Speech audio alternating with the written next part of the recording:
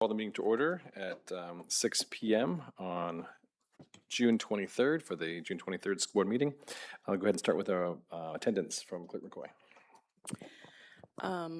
Good evening. I don't have anything in the front of me, so I'm just gonna go off the dome. Kogan here. Trustee Innie is absent today. Trustee Kogan's here. Williams present. Williams Nathan present. Castillo's on his way. President Here, Peterson here. Peterson. I work with these people twice a month. I should know these things. Superintendent Loftus. I am present.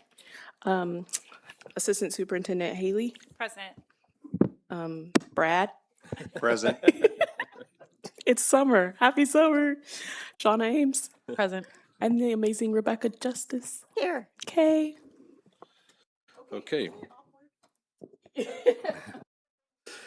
Thank you for attendance. Now we'll go into the adopting the agenda. Are there any changes or modifications to the agenda? There are no changes. Move to approve. Second. We have a motion and a second. Mr. Kogan? Kogan, aye. Williams Nathan aye. McCoy, aye. Peterson, aye. Motion passes 5-0. Any public comments on closed session items? We do not have any. Okay, great. That will adjourn us into closed session. So thank you for your patience.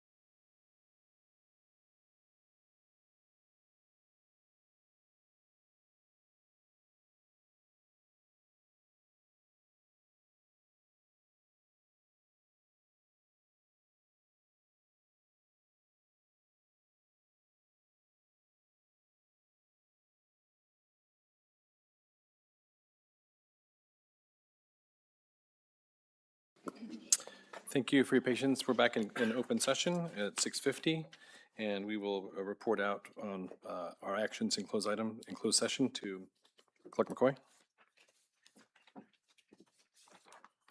Good evening. On item number C1, there was no reportable action.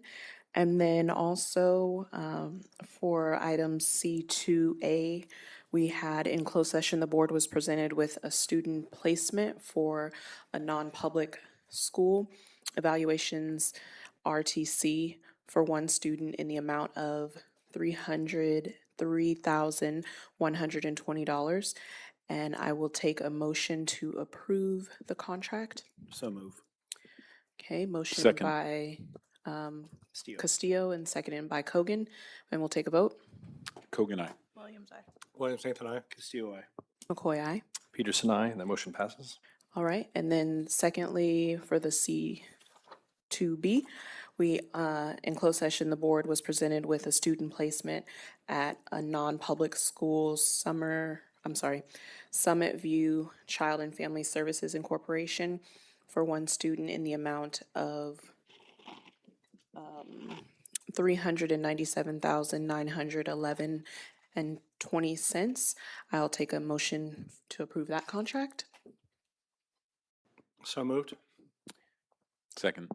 Motion made by Nathan Williams, seconded by Jim Cogan. We'll take a vote. Cogan, aye. Williams, I. Williams, Nathan, I. Castillo, I. McCoy, aye. Peterson, aye, motion carries. 6-0. Right, and that was what we had done in closed session. Great, thank you very much. That will take us to our salute to the flag. So if everyone can stand, we will say the Pledge of Allegiance.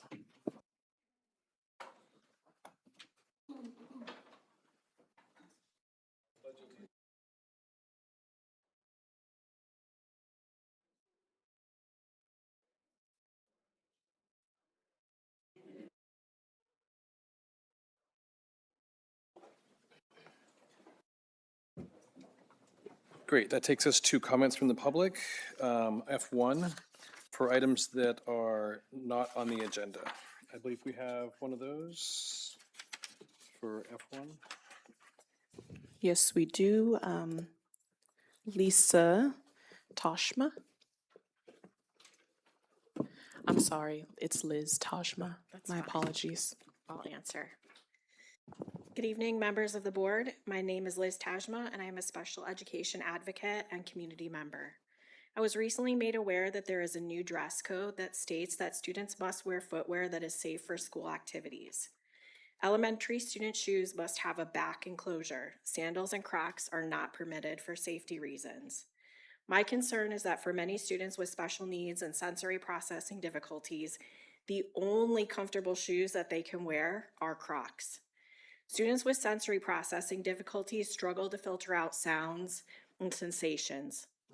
Neurotypical brains automatically prioritize sensory input.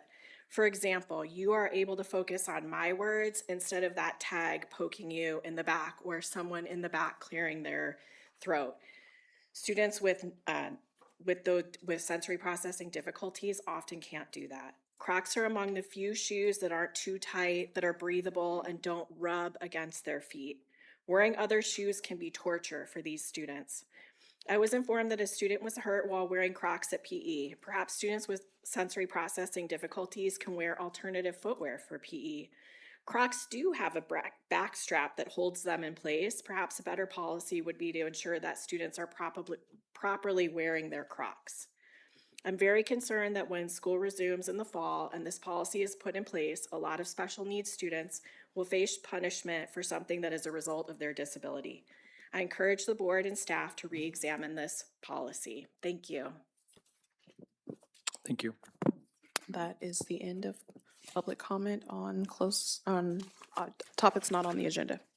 Great, that takes us to F2, California School Education Association, Chapter 254. Let's see, right here. That takes us to number 3, Papa's Lowest Public Educators, Mr. Cardenas.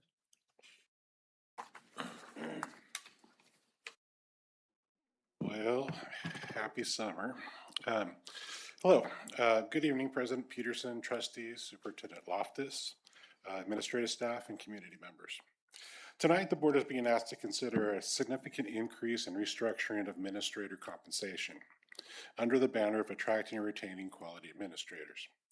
I agree that attracting and retaining quality employees is important. However, before making a long-term financial commitment, the public deserves more transparency than what has been provided. The district hired an outside consultant, at what cost, to determine median administrator compensation and make recommendations based on their finding. Yet we have not been told which districts were selected for comparison, why they were selected, or whether they are truly comparable to Paso Robles. Those details matter. If compensation decisions are being driven by data, then data should be available for public review. We're also told this proposal is intended to square the salary schedule by creating more even step advancements, but the practical effect is that some administrators will move further down the salary schedule without losing pay, creating additional opportunities for future step increases and increasing long-term costs. In addition, administrators will continue to receive longevity bonuses totaling up to 15% of their salary after only 10 years. Much of the qualifying service can come from employment in other districts. I would ask, why is longevity earned elsewhere rewarded here? While the district has not shown the same level of concern for retaining classified and certificated employees who have dedicated decades of service to Paso Robles students. What is more concerning is the contrast in priorities. When teachers and classified employees raise concerns about compensation, rising healthcare costs, workload, staffing shortages, and retention challenges, we are often told the district must be cautious because of budget uncertainties. Yet tonight, you're considering a proposal that will increase ongoing costs if improves. What steps will the district take to mitigate those costs in future years? Will class sizes increase? Will staffing be reduced? Will programs be cut? Will students ultimately bear the consequences of these decisions? The presentation tonight might contain slick chart, dumbed down cartoonish graphics and bulleted talking points about the importance of the proposal. What the public deserves are hard numbers, the total cost, the total long-term financial impact, the trade-offs that might be required in future years. Ultimately, this discussion raises a larger question. Are all stakeholders valued equally? Because from where many employees are sitting, it appears that extraordinary effort is being made to quietly address the management compensation, while the concerns of classified and certificated staff receive far less positive attention and much more negative public ridicule. Budgets are moral documents. They reveal what our organization values. Tonight, the board has an opportunity to demonstrate that every employee group and every student matters equally, despite a 3-minute time limit. Thank you. Thank you. Thank you. That takes us to number 4, any correspondence received? Yes, I'm happy to report that attached to the agenda is a positive certification from the County Office of Education on the public disclosure of the collective bargaining agreement between PRJUSD and CSEA. Great, thank you very much. That was received. That takes us to G, consent items. I believe we have a public comment. Yes, we have public comment on consent item G8. Berkeley Baker.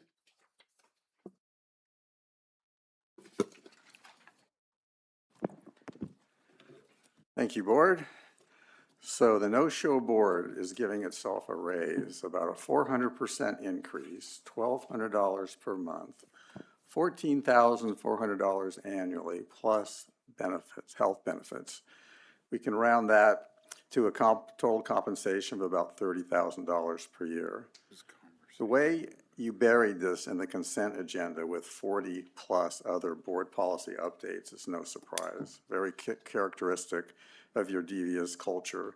It is mindful of the Chris Williams era, and you want the community to trust you. For decades, this district paid no monetary compensation for serving as a trustee. It was an act of altruism. Now this board wants to spend over $100,000 on itself.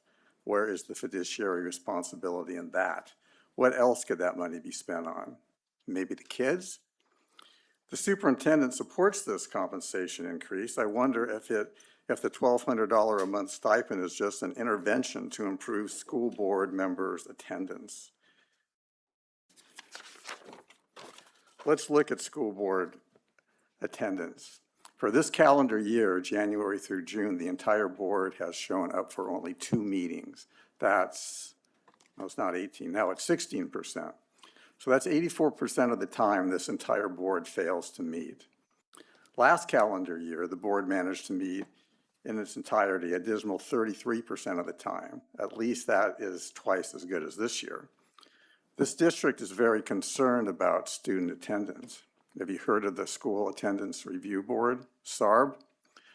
Reviews kids with 90% or below attendance.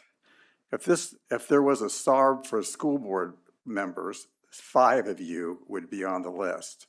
For the 2025 calendar year, Trustee McCoy, 6 absences with a 75% attendance rate. Joel Peterson, 5 absences with an 80%.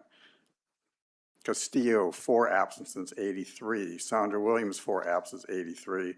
And Nathan, you just missed it with 3, you're 88, close. Excellent example for the students. But Mr. Cogan, Trustee Cogan, and Annie, good job. You only missed 1 meeting last year. Very good. The people of this community voted for you to represent them, so show up to the meetings. It has also been said that the higher compensation would attract better school board candidates. It may be, but it will also attract more grifters.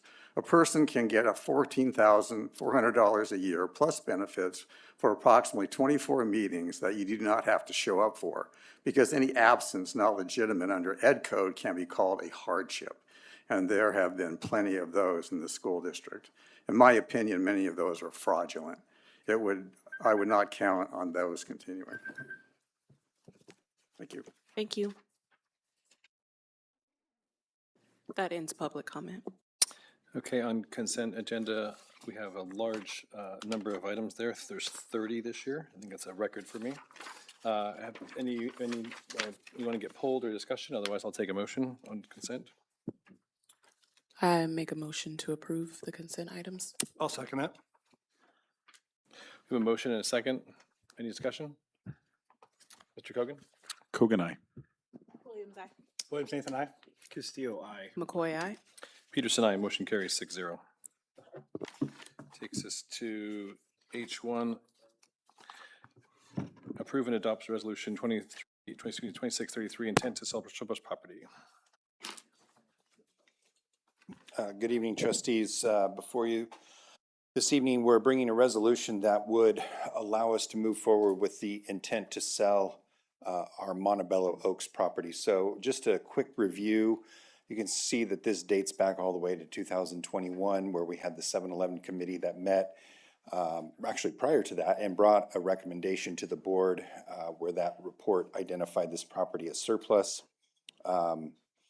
In September of 2022, the board passed a resolution actually declaring it surplus, and we sent out notices to other public agencies. We went through the process of negotiating a sale with one of those public agencies, but unfortunately we were not able to come to a negotiated agreement. So through the adoption of this resolution, it's just basically declaring the board's intent that we're going to sell this property to a member of the public.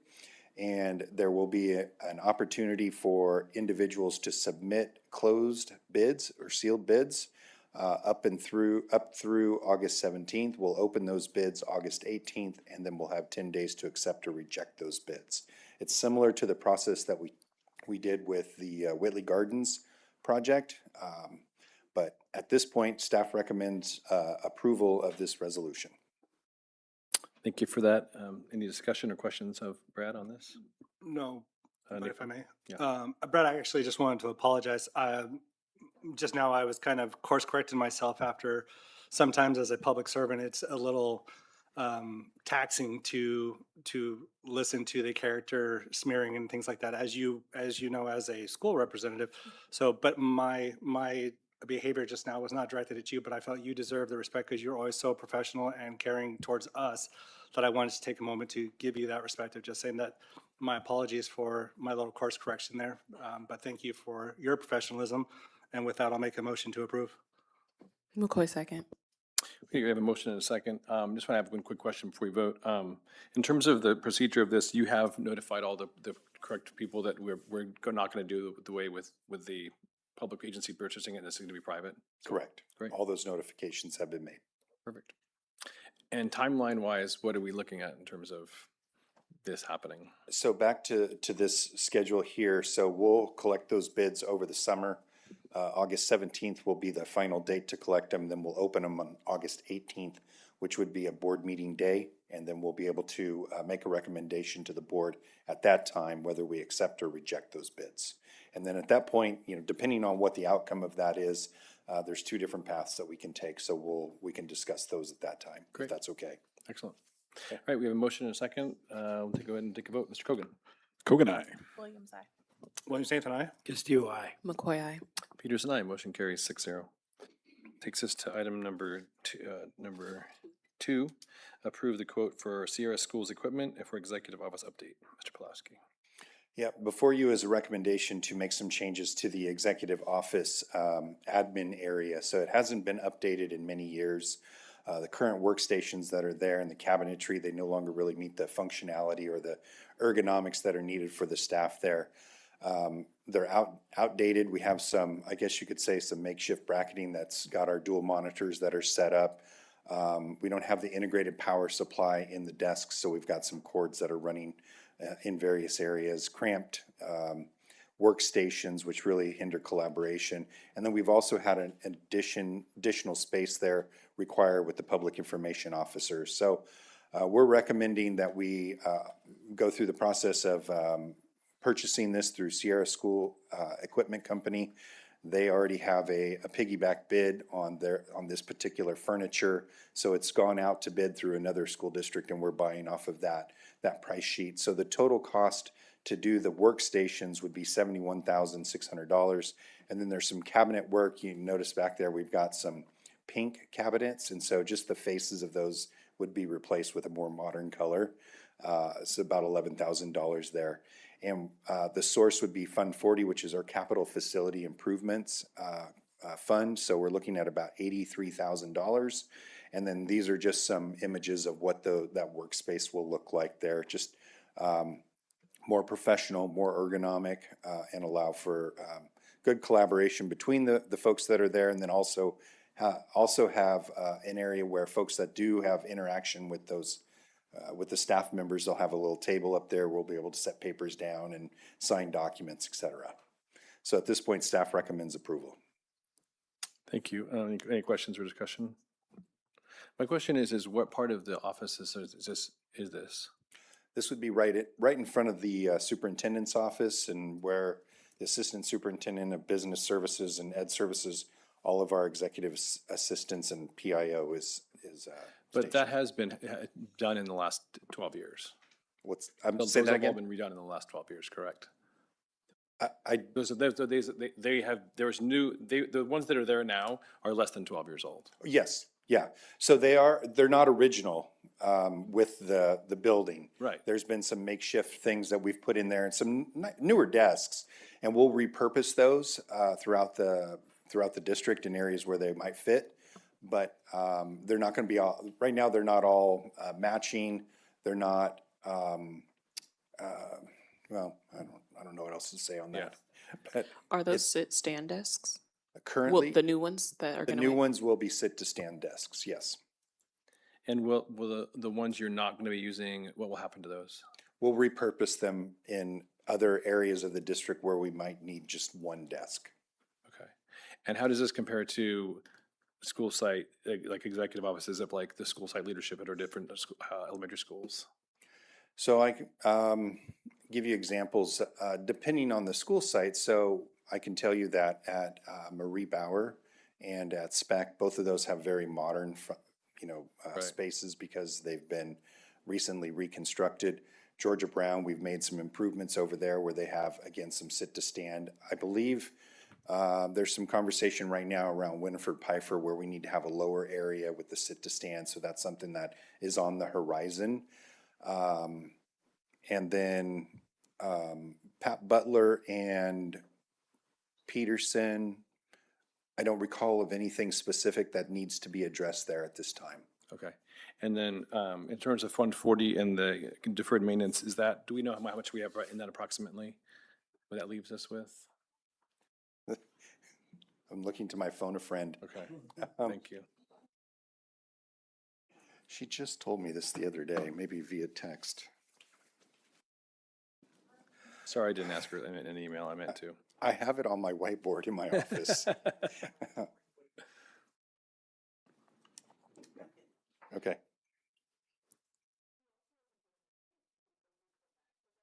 I know. This is true.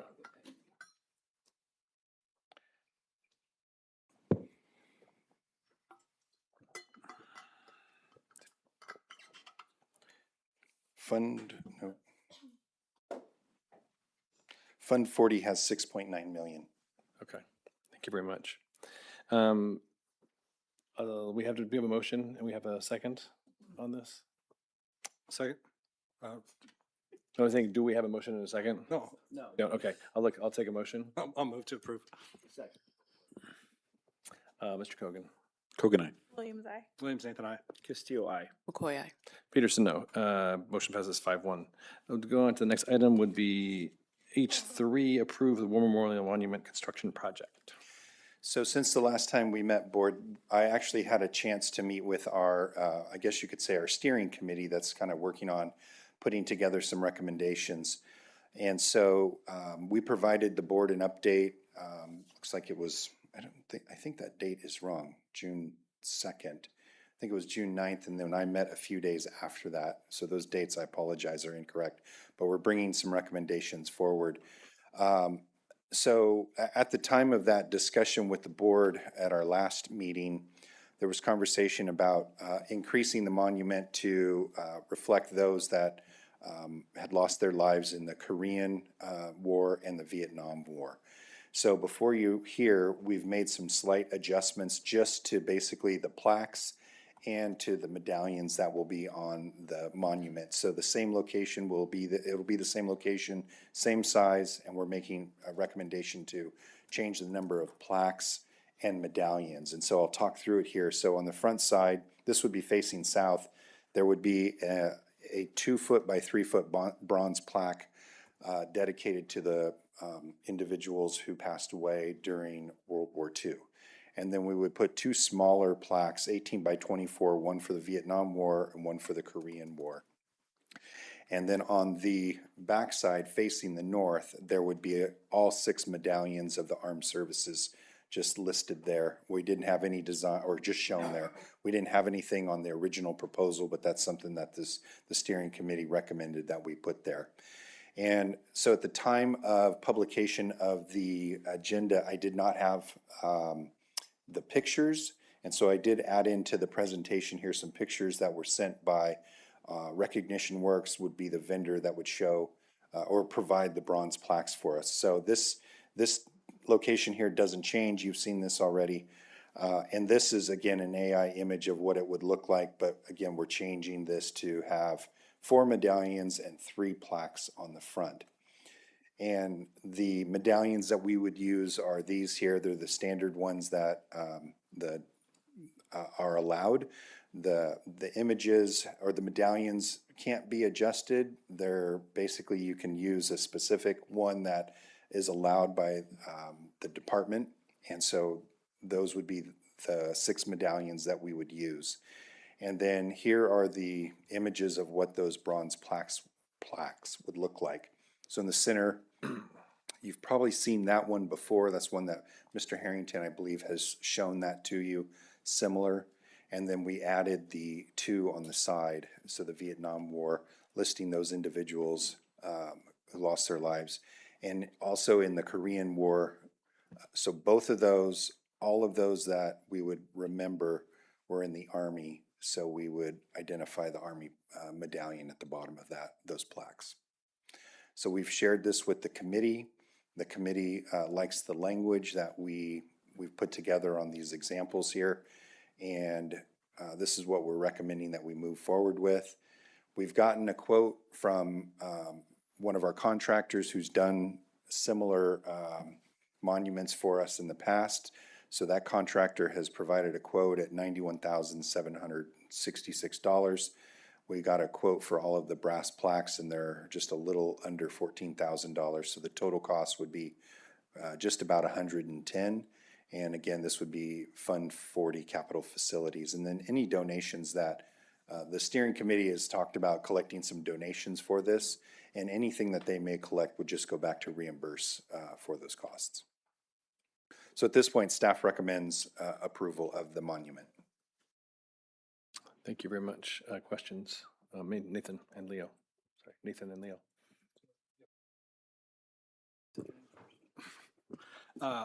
I'm overwhelmingly in support of this. I think the only thing that I'm slightly bummed about is that we are changing history a bit on this. You know, we're changing history to not what it was actually done for originally. And again, I don't want this comment to take away from my support or my approval. But I mean, even our trustee right next to me is out there championing for a memorial to be built in Paso. For this very thing. So I guess for me, even though I will support it, I wish that there was some way that we could still commemorate or to not forget that part of history.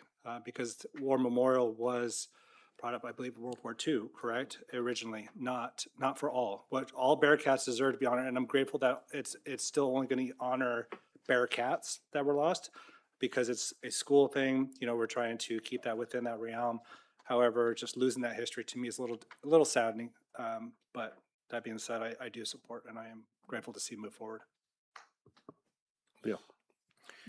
I should have gone first. No, it's okay. I also struggle with this only as a veteran, not that I can just say it because I am a veteran, but because the intent of this war memorial was for those fallen from World War II specifically.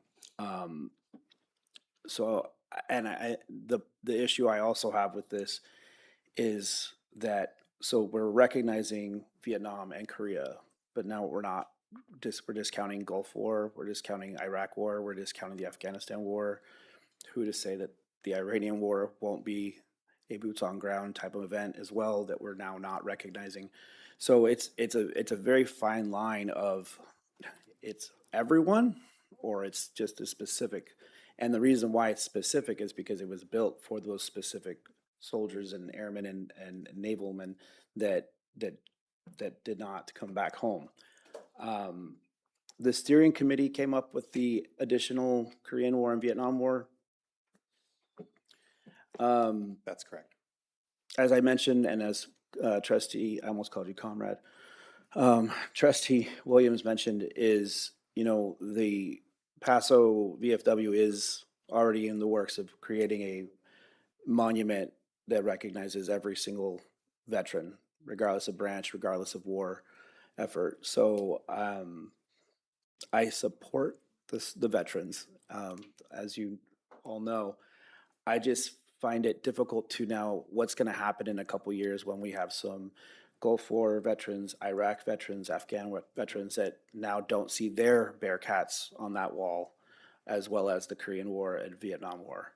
And not that any veteran wants the fame and the glory to be put on a brass plaque on a concrete wall. That's not what it's about.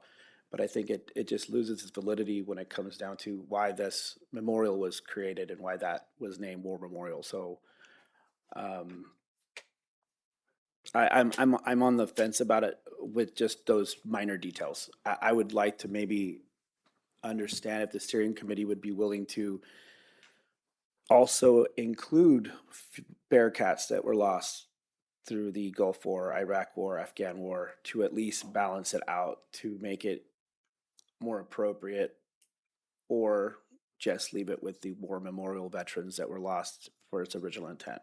And that's where I'll leave that thought. I will not second, but I third what they said. And I guess my question is kind of to Leo, but with what you all are doing, is it possible to have a special place for all Bearcats Yes. so that they get on, like all of them get honored in what you're doing and have a special Yes. space? Yeah.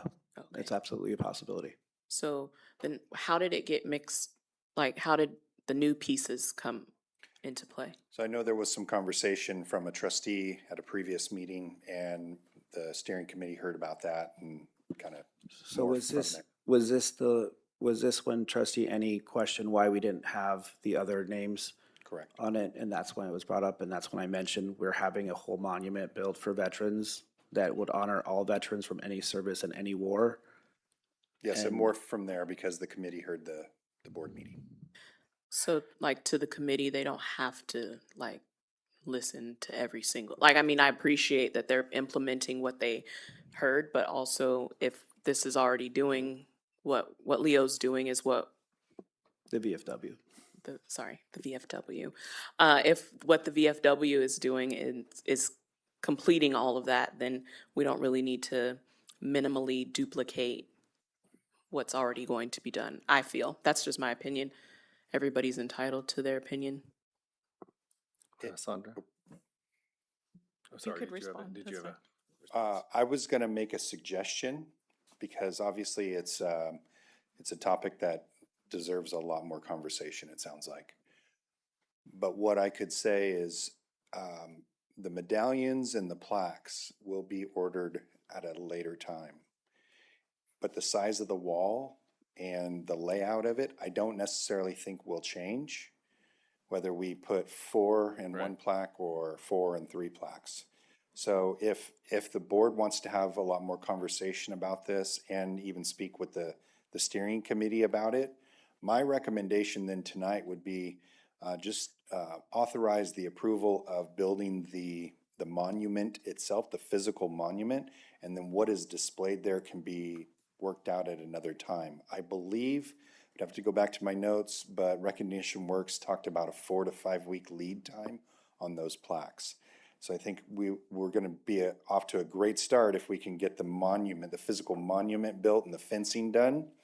And then we could, in August, potentially, when we come back for our next board meeting, there could be a decision. And even late in August, we probably could get really close to having those up before the first football game. But Got it. that would be my recommendation, because if we don't decide on the I agree. physical monument itself, it's not gonna get done before that. That was gonna be my recommendation. Sandra? Sorry to cut you off, or.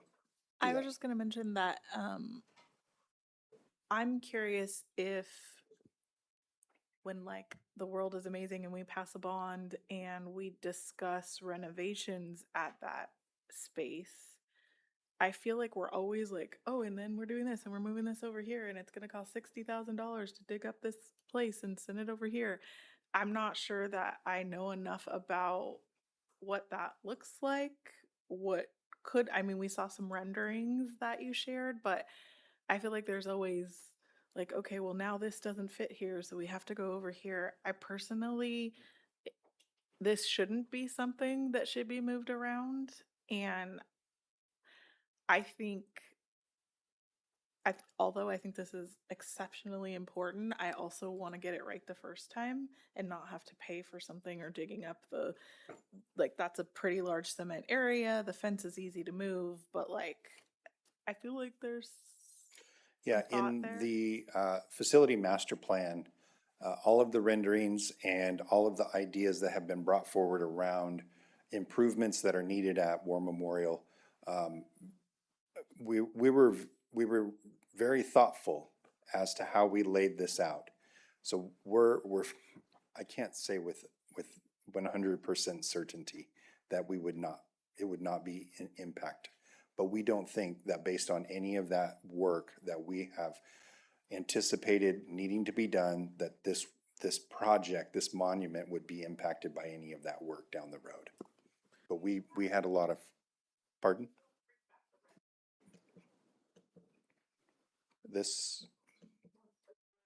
The AI, yeah. And again, this is not dimensional or, to Right. scale, right? This is just kind of an idea of what it could look like. I mean, I don't feel like this will get disrupted with what I saw if the bond passes and we do the ADA compliance and the updates.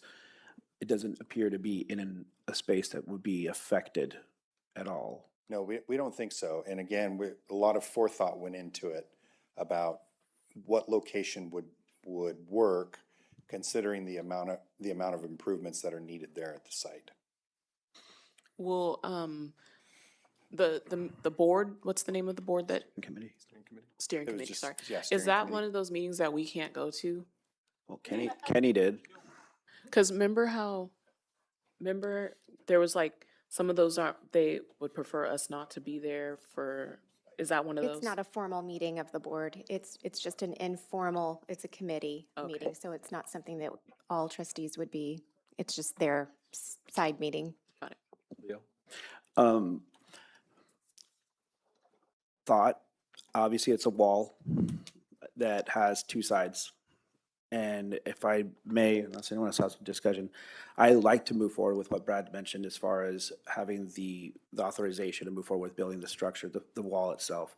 But I would like to not necessarily approve the adding of the Korean War and Vietnam War until we have further discussion with the steering committee to include all conflicts in theater that had Bearcats partake in and never came home.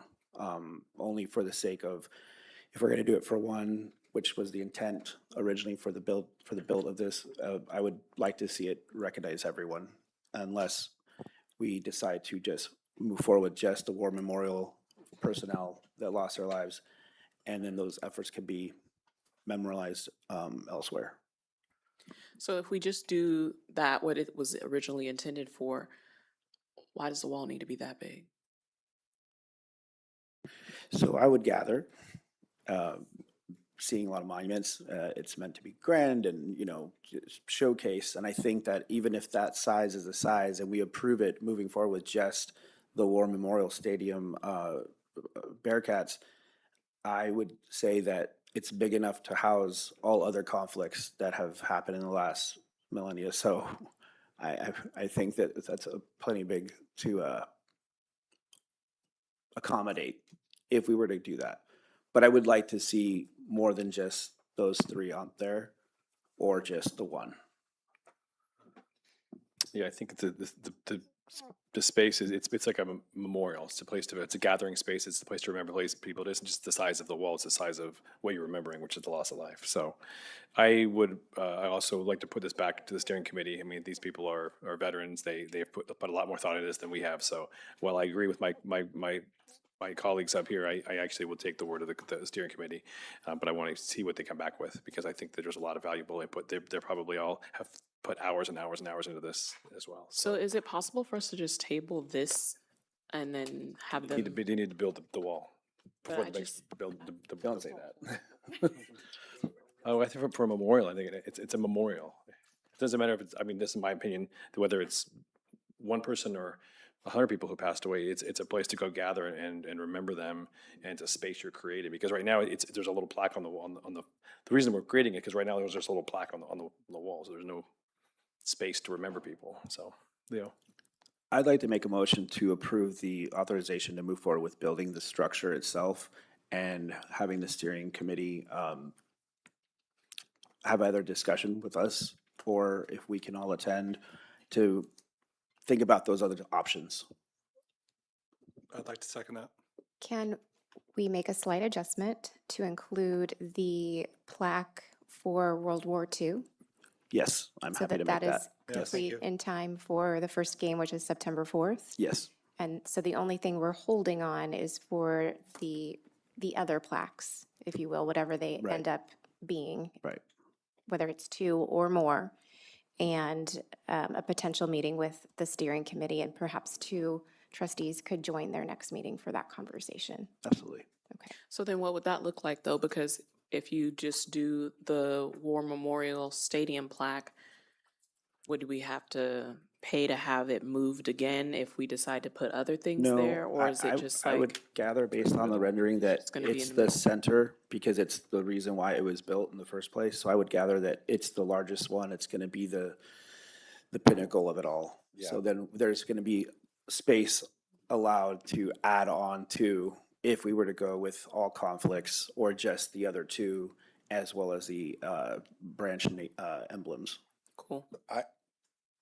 I would like to just make a recommendation. So if we're going to move forward with the center plaque, which we can do that, the medallion placing, depending on if more conflicts are added in, the medallion placing may get changed. So I would recommend that we pause on the medallions I agree. until then, but we can absolutely do the center plaque. Okay. I'm good with that.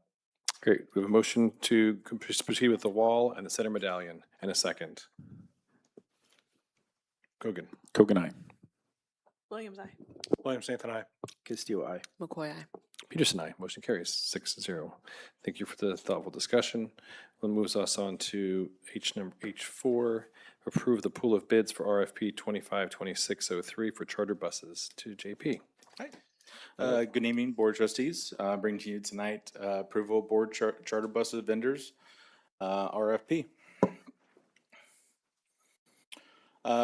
So brief overview, did an invitation to some of the charter buses that we use throughout the years. Followed under compliance, solicitation, due process of Education Code 39802. Public notice, we put this out in the Tribune, March 25th, 2026. RFP was emailed directly to 5 qualified charter bus firms. Proposals were received. There was 4 of them that we did get responses for. A panel of 3 district and staff members evaluated all submissions. Results were the 4 that responded: American Star Tours, Best Tours and Travel, Classic Charter, and Slow Safe Ride. And we're looking into, for the 26-27, not to exceed 200,000 for the school year. And what this is for is the why we do this is because we're trying to lock in the best prices. So they quoted us, they gave us their best, just pretty much saying that within this pool, this is the people that we're going to use primarily. And this is going to be for field trips. So all of athletics that go, 150 miles over, that we're not able to do, field trips from all sites, elementary, junior high, high school, avid groups, just any of the field trips.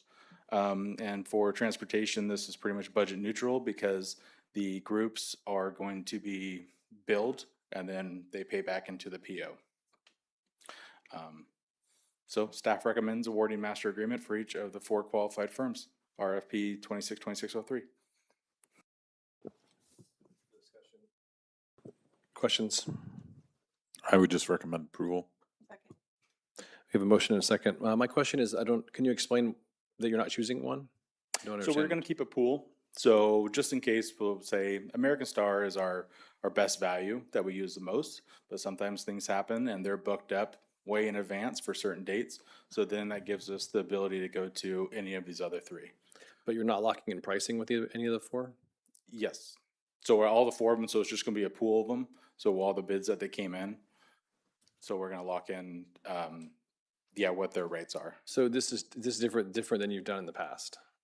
Correct. In the past, we've pretty much put, here and there, we'll put POs for $10,000 for here, 10,000 here. With this ability, it gives us, hey, we're going to do a big PO like 80,000 with Slow or American Star, and then as we go, we can do little POs, and that way it's. And why would it be $32,000 more than last year? Is that a fuel thing? Fuels goes up, employee retention goes up. A lot of these charters are paying their drivers $40 to $50 an hour. And fuel surcharges, same thing. Meeting the vehicle emissions now, for these private agencies, they're having to buy newer vehicles, newer buses, $500,000 buses to operate to meet the emissions. So it's very competitive. So is the 200,000 in the budget we passed? So it's not necessarily it's in the school site budgets or the athletic budgets. Okay. So we're saying that we're not going to spend more than that based on what our spending history and projected costs. But what JP is saying is they'll do the purchase order and order the services based on what a field trip will cost, and then they bill back to the school, and it's in there But my point is, we've budgeted this much money. somewhere within the district. Yes. Thank you. Okay. Any further discussion, questions? Mr. Cogan? Kogan, aye. Williams, I. Williams, Nathan, I. Castillo, aye. McCoy, aye. Peterson, aye. Motion passes. Thank you. Thank you. It takes us to H5, approval of variable term waivers for Administrative Stormy Capillary. Okay, H5 and H6 are basically the same, just with two different employees, so I combined the slides. This is approval of emergency credential assignments. I brought some of this already for teaching staff that we hired, but this is for the administrators. And again, we always try to hire the highest qualified staff with the correct credential. Oftentimes in our assistant principal or student engagement specialists, we are getting newer as they're getting into the field. Here's, as I have shown you before, our list of different permits and credentials we can apply for. We're not using these ones today. Today, we're using a variable term waiver. They are 1 year at a time, and they can be extended. And it's for an employee who's actively enrolled in the credential program and they're on track. So we do have Stormy Capillari, a new hire for a student engagement specialist. She is enrolled in a program and ready to go. It should take a year when she starts here as our student engagement specialist. I also have Kelly Johnson next. She should be done with her program at the end of July. So this is a precaution. It's not here yet, and now's when I bring it. So it's likely we won't even need to use this variable term waiver, but I just need all those transcripts and all that stuff back from the university. And if she has to do one more thing or something happens, we have the year. But it should be set to go. So I jumped ahead on my slides a little bit, but Kelly should be completed before the fall, and Stormy is enrolled in her program. We do check in with them, monitor them, how they're doing, and check in with them to see if they need support. And the principals also provide support to them in their first year.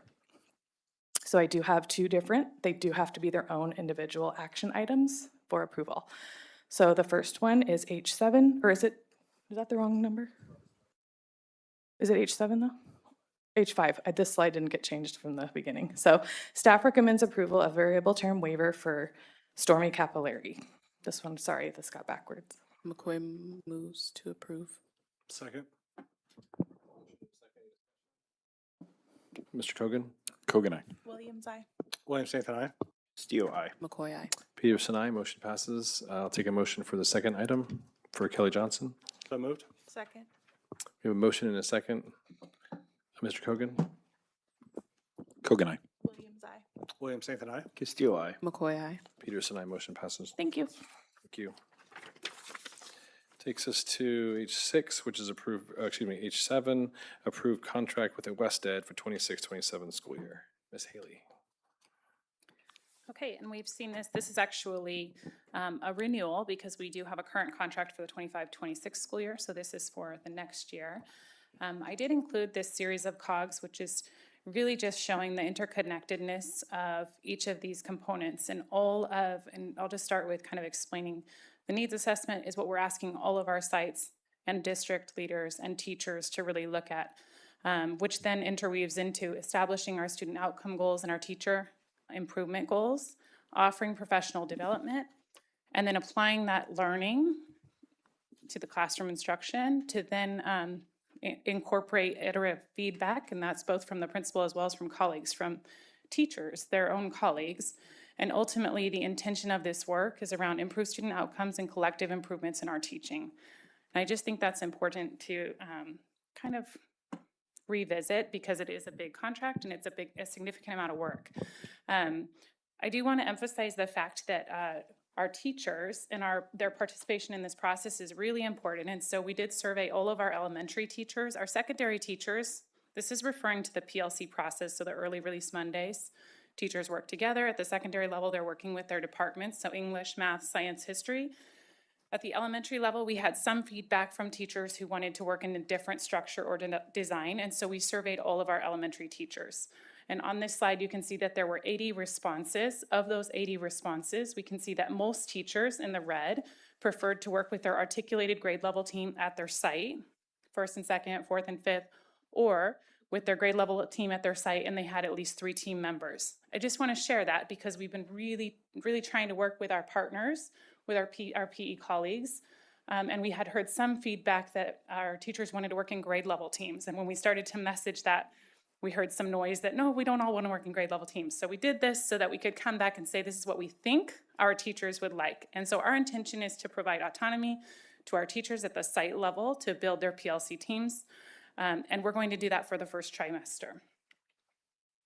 So what this includes, it's a partnership with West Ed. It's funded with Learning Recovery Emergency Block Grant. It's actually already in our LCAP plan that was approved. And it incorporates the training for professional learning or for our teacher teams on sites with our teacher teams, with their principals. 8 school sites, 1.5 days per site per month for 6 months of the school year. And the outcomes that we expect to see are improved student outcomes and improved teacher learning practices. And so staff recommends approval. Discussion, questions? Can you talk a little bit about the teachers, how happy they are with West Ed? Yeah, I can tell you that in being very transparent, I think it's a little bit varied by site. I can tell you that there was a survey conducted at every single school, and that survey data was shared with us. One of the reasons I didn't put that survey data in this particular presentation is because it was my intention, but we saw that some schools had more teachers take it at the start of the year than did at the end of the year, or some schools, teachers took it in groups together. So we didn't feel like it was necessarily completely reflective. Some of the areas that we saw improvement, PLC leadership, our teachers reported that they felt they had stronger PLC leadership from this process. PLC practices, teacher learning was mixed depending upon the school site. Teacher morale and effort at some schools was harder than others because it was a shift in practice. And the teacher collective efficacy from the start of the year to the end of the year was relatively flat. I share that, but I also would share that student outcome data is showing that we are seeing improvement in many of those spaces. So I think that it depends. The answer is it depends on which school and which teachers you were to speak to. I think that the responses would be varied. Yeah, I would agree with that. I had a discussion with Superintendent Loftus about this program as well, because I have heard some of the challenges of it, but I think it is site to site. But I really want to make sure that we're supporting our teachers in using this because it is a really valuable tool. And if we're going to invest in it, I want to make sure that the teachers are also investing in it, but also the teachers are given the ability to use it how they can to best serve their students. I really think they need to have the ability to go off script and really make sure it's working for them in meeting with their other teachers as well during those times. So that would be my recommendation. Yeah, and we've talked to our facilitators about that, and they will be working individually with those sites because definitely some more than others have had those conversations, and some are in a really good jive with their grade level team. Yeah. It just, like you said, it's site by site. Yeah, cool. Thank you very much. I'll take a motion. Move approval. Second. I have a motion and a second. Any discussion? Mr. Cogan? Cogan, aye. Williams, I. William Nathan, aye. Castillo, aye. McCoy, aye. Peterson, aye. Motion passes.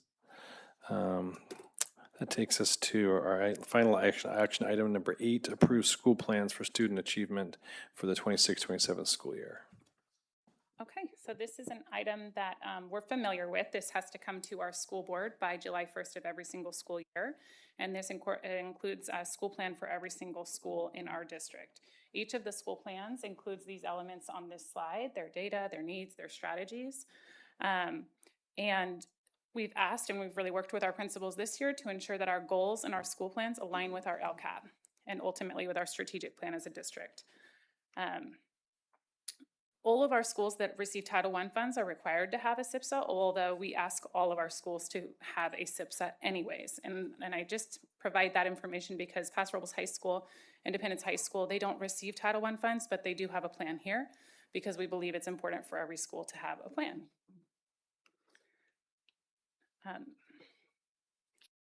You may notice in the plans that they include funding other than just Title I. You might see community schools in the Glenn Speck plan. Liberty High School has equity multiplier funds. ACES or ELOP funds are in many of the elementary schools for after-school tutoring. And a few of the updates that are in this year's plans as compared to last year, as we talked about, elementary counselors are funded 50% in every one of the elementary plans. All of our elementary schools also have funds to release staff to review data and do classroom walkthroughs. That's in alignment with our work around West Ed. Our Paso Robles High School SIPSA aligns to their WASC, and then Liberty High School became eligible to receive Title I funds. We have not historically given our high schools Title I funds, but they had 75% of their enrollment, or 75% of their students are low socioeconomic. And so staff recommends approval. Thank you for the presentation. Any questions by staff? I mean, by this board right now? My question is on this one, do they have, so when they start, are they starting with last year's and then just rewriting it? Or are they starting with a blank document? Yes, I got myself locked out. I brought my computer just to speak to it and then locked myself out. But what happens in the development of their new plan is that they're supposed to start by evaluating the goals from the prior year first. Okay. And so on the bottom of each goal page, you'll notice it says goal analysis. They're supposed to evaluate this year. And then from that reflection and looking at their data and needs assessment, they send a survey each year. They're supposed to then craft their new goals. And then that goes back to you, and do you and leadership discuss those goals with them before it's come to us? Yes, and actually Dr. Kittleson worked in this as well quite a bit, helping to look at metrics, helping to ensure we were aligned with our LCAP goals, supporting with some of the data metrics that are included in here. But I do feel comfortable and confident this year that we worked harder than prior years to ensure that we were really looking at the direction of our district as a whole, our LCAP goals and our strategic plan, and designing our SIPSAs or school plans to all be going in the same direction. And do you feel like they're consistent enough across the elementary sites to then level up to the middle school and level up to the high school? They all going in the same direction in terms of those goals? I do. Where you'll see differences is, for example, one of our schools, Virginia Peterson, we noticed that our homeless students, or our unhoused identified students, were in the red on the dashboard for chronic absenteeism. So that's something that was called out at that school. So any school that had a subgroup or a student group that was in the orange or the red, it would look different than other schools because they needed to intentionally target efforts and interventions for that group of students. Got it. Thank you. I'll take a motion. I move to approve. Second. We have a motion and a second. Kogan, aye. Williams, I. Williams, Nathan, aye. Castillo, aye. McCoy, aye. Peterson, aye. Motion passes. That takes us to information items. I1 is the end of year discipline report from Ms. Buza. Hey, good evening. Hello. Okay, let me set this down here. Here we go.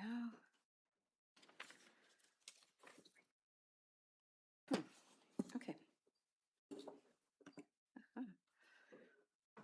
Okay, so our school discipline for our administrators, they have the discretion to go ahead and apply alternatives to suspension, or recommend for an expulsion after they do a comprehensive investigation of the incident, and then they also look at relevant circumstances of information that they have.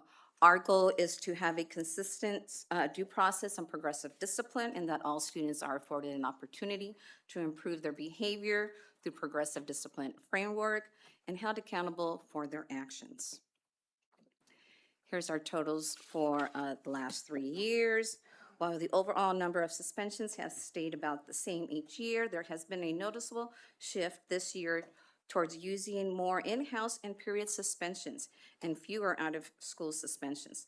This reflects the efforts to keep students engaged in school while still addressing behavior concerns. Suspension by month. The month data is influenced by several factors: new routines, seasonal challenges, end of the year. March numbers reflect right before spring break. For our gender, we have noticed our increase with male students, and which reflects national data. We will continue to target behavioral supports, relationship building strategies, and positive interventions for our students. For the 6th grade, it's still very positive to keep our 6th graders at elementary, as they are also the leaders on the campus and are less influenced by older students. For suspension totals by race, we continue to emphasize trauma-invested practice as a foundational component of our approach to student support and behavior management. And our numbers, if you notice, our numbers have gone down.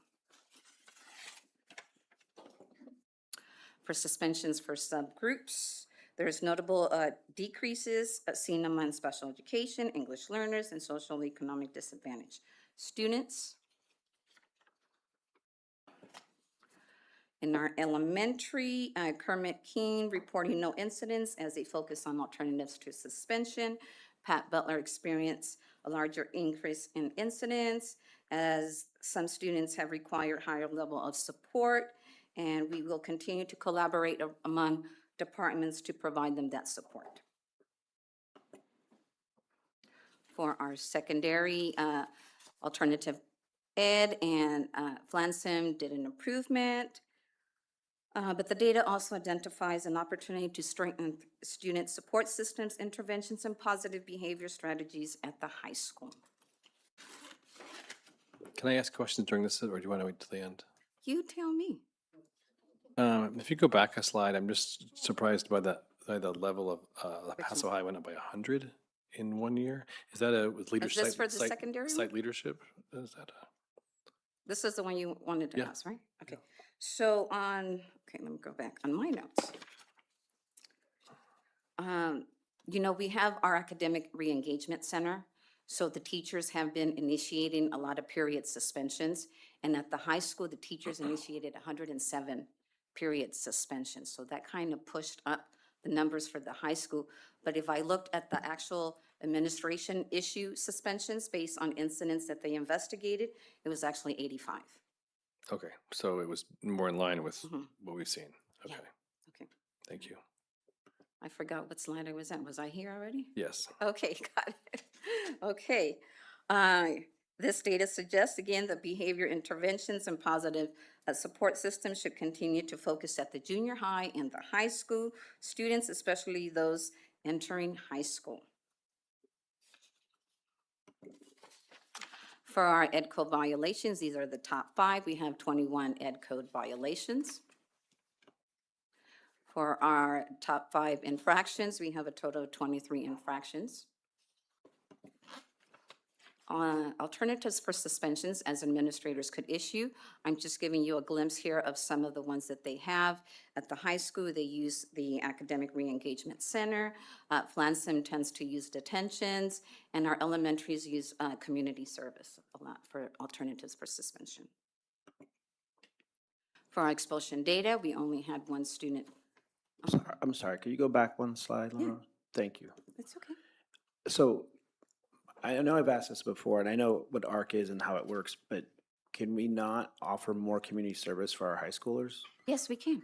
Because I just feel like no one's going to want to go do something on a Saturday at, the Echo Shelter or First Foods Farms when it's their Saturday. Yes, we could definitely have that discussion with our administration at the high school Thank you. about community service. I appreciate it. Okay, Thank you. not a problem. Okay, we had one student recommended for expulsion this school year. It was at a student from the high school. And of course, when we have a student that is expelled, they are put in a rehab plan is created for them, and they cannot be readmitted into our district until they complete the rehab plan.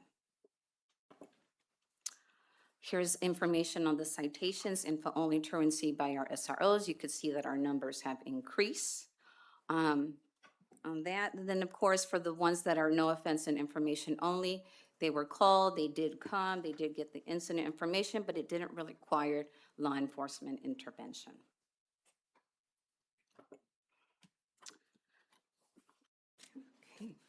So our data is indicating that we must continue to provide targeted behavior supports, social emotional supports, trauma-invested practices, relationship building strategies, and positive interventions. So our next steps, we're going to continue with training, formal training on restorative practices, training to support student learning and accountability for choices, training school site teams on design and use of wellness rooms to best meet student needs, tiers of support, for alternatives for suspension, and of course, we continue to regularly monitor frequently occurring incidents at our school sites. This information shared this evening is for informational purposes. Thank you for the presentation. Questions or comments from the board? Thank you so much for Thank that. you. Appreciate the comprehensive data. Takes us to information item number 2, review the cybersecurity CTE pathway curriculum. Ms. Cannon. Good evening, board. I am here once again this evening to talk about one of our new CTE pathways. We have a new cybersecurity pathway that will be starting this fall. And it's really a modernization of our existing CTE pathway in computer science. This is part of our movement towards updating that pathway. And this pathway is going to consist of 2 courses. Our first course is the Introduction to Cybersecurity. This class will be a broad introduction to computer hardware, software, cybersecurity, and basic software development. And will lead into the second course, which is a challenging advanced cybersecurity course, potentially AP cybersecurity. This second course is really designed to prepare students to take the CompTIA Security Plus certification exam, which is the industry standard for entry-level positions in the cybersecurity field. So we've backwards mapped this particular pathway. We have not settled on a curriculum for the second course. We're not offering that second course yet because we haven't offered the first one yet. So in the next year, you'll see us back up here with information on the second course. But for our first course, the Introduction to Cybersecurity curriculum, the recommendation is the CompTIA Test Out Tech Plus CertMaster Learn and Labs. This course establishes baseline computer science knowledge that's necessary to attain the more advanced cybersecurity skills. It also offers its own industry-recognized certification in basic technology skills, which means at the end of the first course, students will already have something that they can take into the field and show that they have some computer competency. That's the CompTIA Tech Plus certification. And this curriculum will also be used with supplementary curriculum, such as our CodeHS cybersecurity courses, cyber.org, and US Cyber Range, which will provide added lab and sandbox activities that are directly related to cybersecurity. So students will be prepared for that next level course. These items are going to be on public display from June 24th to July 24th, and this item will return on the August 18th board agenda as an action item. I'm happy to answer any questions if you have them. Thank you for the presentation. Leo. Is this going to be offered for freshmen or does it not start till 10th grade? It is available for freshmen right now, Okay. and we have a number of freshmen signed up for the Intro to Cybersecurity class coming up. Asking for a friend. Thank you. It is available. And then have you guys identified a teacher? Did I miss that? Mr. Fry will continue to Okay. teach the computer Nice. science course. Great. Excellent. Seems like a really, really positive development in light of the world we live in and all the cyber attacks. Yes, That's great news. Thanks for showcasing it. you're very welcome. Great. Takes us on to information item number 3, overview of EDIA for attendance and behavioral alerts. Ms. Gustafson. All right. Good evening, board. I'm thrilled to be here tonight to share some information about our recently approved new platform for monitoring attendance and truancy as well as behavior. In reviewing staff feedback and parent communication data, we did see that staff are overwhelmed making attendance calls every day and coding all of those attendance entries and responding to families. We've heard that they spend hours upon hours a day making outgoing phone calls. We also hear from our administrators that our existing system is hard to use and it doesn't integrate with Aries. So with that, we decided to look into some alternatives and found EDIA. Our goal with EDIA is to modernize our attendance system, improve communication with our families regarding attendance and absences, and maximize timely intervention for those who are struggling, as well as allowing our staff to more accurately record reasons for absences. EDIA is an AI-powered platform designed to improve attendance and our multi-tiered system of support. The AI-driven portion is a two-way communication piece that will text families and actually respond and then automatically code absences as appropriate. It also will schedule attendance conferences with families on behalf of our administrators according to their availability.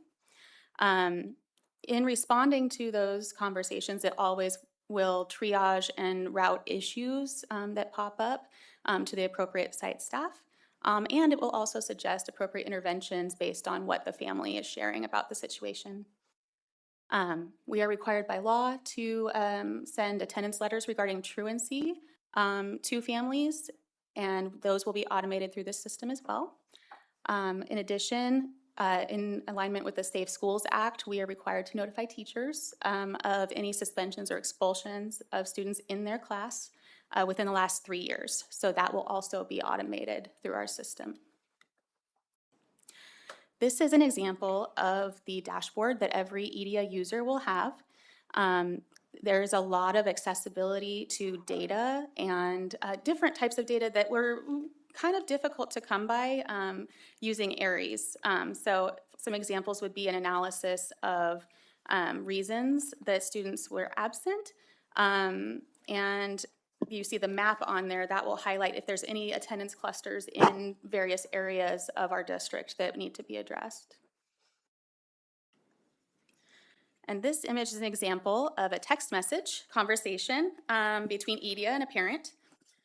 So in this case, the parent responds to the conversation and says, sorry, he had a doctor's appointment. The AI automatically asks for a doctor's note if they have it. It's not required. But if they submit a doctor's note, it will scan it for validity. And if it feels that it's not true, it will flag it for staff review. This is what it will look like when a conversation gets flagged. And our staff will be able to see what the flag was addressing. Some examples that we have of flags are dangerous or risky behavior. Let's say parent shares that a student has run away. Mental health concerns, bullying, requests for extended absences, and many other reasons. These are also customizable, so we can add various rules. For example, if we wanted to track the number of excused days per year, it could then trigger an alert when they reach 18 days, which would be 10% of our year. Finally, our administrators will be able to use EDIA to create intervention plans for our students who are having difficulty attending school. This is what they will see when they log in, and also the AI will suggest interventions to put in those plans. However, our administrators can customize what they think is appropriate for each student need and add to EDIA's suggestions. In comparison with our previous program, School Status, EDIA is cost neutral with the exception of one-time training costs. Additionally, it provides many benefits that School Status does not, including a full integration with ARIES, two-way communication with families, and a functional dashboard and platform for our staff to use. So why EDIA? We can use EDIA to reduce manual data entry by our staff and allow them to actually focus on higher impact actions and interventions. So if we have automatic responses from parents coming in on our students who maybe have a couple absences, then they can focus their attention on calling or touching base with the other families. Ontario Montclair School District reported that they estimate at least 10 days of clerical work was saved when they integrated with EDIA. In addition, EDIA does not require an app or a download any login for families. They can simply respond to a text message, which will make it quick and easy for them to report absences. EDIA can communicate in over 100 languages, and even if our system doesn't have a family flagged as needing an alternative language, if the family responds in a different language, it will automatically start communicating with them in that language. Finally, Ontario Montclair School District and San Bernardino Unified reported an 8 times higher parent communication rate than utilizing robocalls. And Ontario Montclair is also projecting a 75% reduction in their chronic absenteeism rate at the schools where they piloted EDIA this year. So they're anticipating a 16% last year to 4% drop this coming year. Recently, Paso Robles High School began using Minga to communicate to students and families regarding cut classes and tardies, as well as the consequences assigned due to multiple cuts or tardies. Minga has provided automated consequence tracking for the high school, a functionality that Parent Square does not currently address. This takes place via email from Minga currently. With the addition of EDIA, though, notifications of absences and tardies will be handled by EDIA, and consequence notifications will be handled by Minga until EDIA can develop the needed process. I've already spoken with them. EDIA has been very willing to work with us on developing new features, so we look forward to working with them to streamline that entire process at the high school as well, so that we are getting all communications regarding attendance from one source. We will also make sure to communicate with all of our district families proactively when we start the new school year, so that we can make sure everyone is aware of the text messages that they're receiving, where they're coming from, and what is changing with our policies. Our adoption of EDIA is aligned both with our LCAP goals as well as our strategic plan goals. We are better able to foster connectedness to school and engagement in learning by improving our partnership with families by using EDIA. The information shared this evening is for informational purposes. Thank you. Thank you very much. That's a super powerful tool. Questions, Sandra?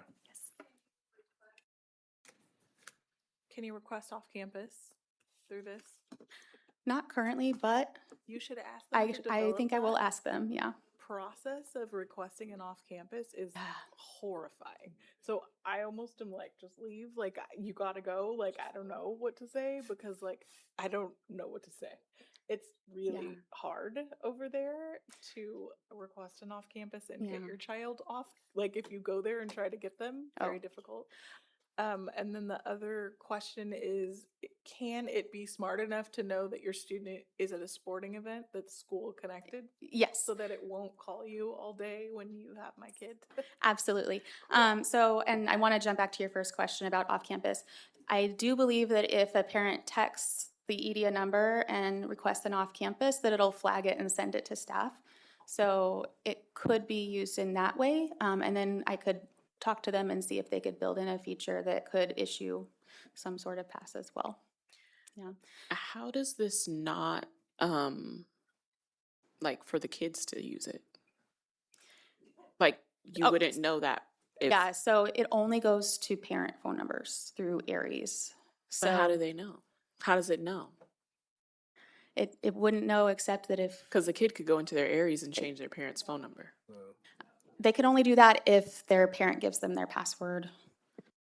I have seen it happen a couple times, but very limited. Nathan? On one of the slides, there was you mentioned the 75% drop in absenteeism. Is that just the elimination of human error? And mostly because that in itself is a huge number to see a drop in, but obviously an app itself or even an AI generated one is not going to cause somebody to come back. So that has to, in my mind, has to equate to just cleaning up how we do things or what we do there. I would say it's a couple things. I would say, yes, it's reducing human error. It's also escalating potential issues sooner, so that we're getting caught sooner and bringing kids back to campus. It was also mentioned that the use of a system that consistently makes contact with families is really putting an emphasis on the importance of attendance. So I think it's multiple factors, but reducing error is one of them. The hope is also if you free up some time on one end, it opens up time for some really good conversations, because there are a number of people that's the direction you need to go. So if you're not making 100 phone calls, because AI is doing some of that, you can shift that energy toward a conversation with someone that might just need more support on how to get their child to school instead of a quick phone call of absent again, absent again. So it's about shifting energy too, from checking the box to support. Yeah, I agree with that. However, I've received many Minga notifications or calls from the high school a lot of them obviously were cleared up saying that that was not actually correct, but I've never received one phone call from an individual at the high school regarding those absences. So while it can create conversations, I've never received one of those calls in my entire time of having a kid go to school. But yet I've received those Minga notifications, or I've seen my kids being absent. So to me as a parent, I don't see the connection there, because, and there's a failure of that effort in that regard. So I think we're talking about two different things. I hear what you're saying, and that's feedback that we need to give to the high school staff, because we do need to be reaching out and making personal connections with parents. And if there are errors, sometimes there might be a need to just personally connect. What I was referring to was if staff is not playing phone tag with parents, because instead AI is taking a picture and marking the stuff in the computer the way it's supposed to, then they have time to make connections with parents that actually need access to support, and they're going to free up time to be able to give them the support that they need. That's a different dynamic than just a connection in general. That's the hope, is that you now have time to spend with the families that they can't get their child to school because there are challenges happening that they need you to help them work through. And you didn't have the time to maybe pause and have those meaningful conversations because you were so busy making those phone calls and checking the box instead.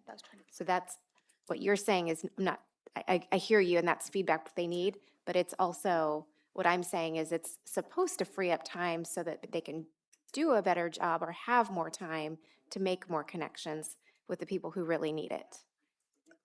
And sorry, just one last thing, if I may. I understand where you're going with that, but I will still add, though, that to the point that, we have at times gotten letters in the past saying that our kid has, missed so many absences and therefore at risk of having, the attention or, but yet not one time did we have somebody reach out to us and say, hey, are things okay? So to your point there, we haven't had any of those, but yet we've gotten those letters saying that our kid has missed too many absences. And so those resources aren't being shared out. So I understand what you're saying, but I still think there's even a disconnect there still, even beyond that. So on both levels, there's that disconnect, so. Right. If kids aren't coming to school, we should be trying to figure out why and connect to resources. So if you flip back to your screen with the tier 1 or tier 2, tier 3, where you're then saying, so-and-so is not coming to school, what are we doing about it? This is a system that's helping us actually put accountability in place that we are doing something about it. We're not just marking a student absent forever and doing nothing. We're actually saying, oh, we did a home visit. We need to do it's moved to a tier 2 level. It's moved to a tier 3 level. And we have to do these extra things in order to support the student and the family. That is the intent. Yeah. There is also built into the system, when a student reaches 6 absences, the system will reach out to the family to schedule that meeting. That's really important to have with the site so that they can assess any barriers that are keeping the student from school, and to have that conversation in person or over the phone or over Zoom or however we can get a hold of them. The pre-start meeting, right? Yes.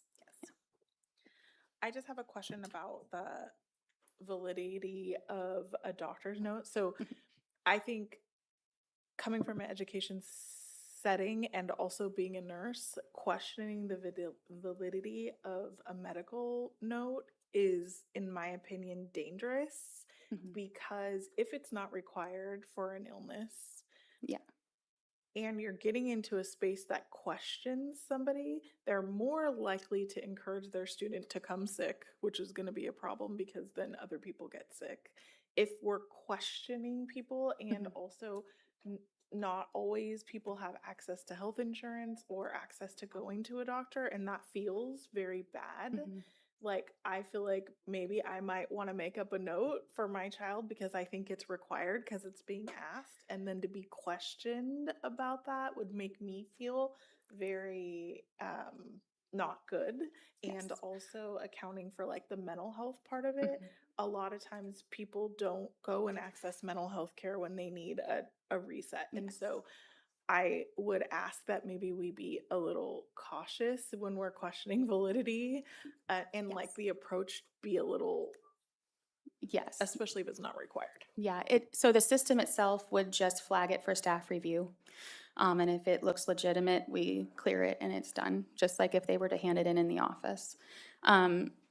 They showed us an example in our presentation of, a picture of not even a note, but something random, and it said, hey, no, this isn't a doctor's note, flag for staff review. Like it was a picture of a dog. So it will catch things. It won't just say, oh, I got a picture. That must be a doctor's note. And it won't question the family. It will just send it to our staff. If it can read the signature, it knows it's not real.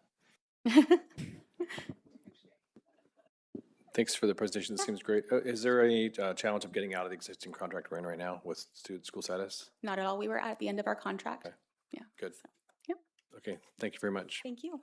That takes us to number 4, the lead paint update. Mr. Pulaski. You can just right here, Kelly. So trustees, we're at 8:15. I have the 10 most exciting slides of the evening. Lead-based paint management. And my goal will be to make it more exciting than watching paint dry.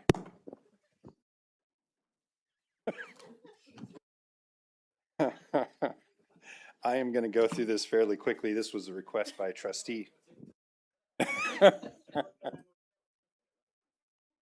Well, here we are. In 1978, no. Yeah, no, I will not be doing that. And we have some more later on, yes. And really I will say to Ms. Loftus' credit, at times we dump a lot of bullet points on here for you, and it's not enjoyable to read. So if we do put it into some graphics, they can be some just one-page takeaways that you can actually walk away with, and you can fold up, put in your pocket, or keep on your phone, or whatever you want to do.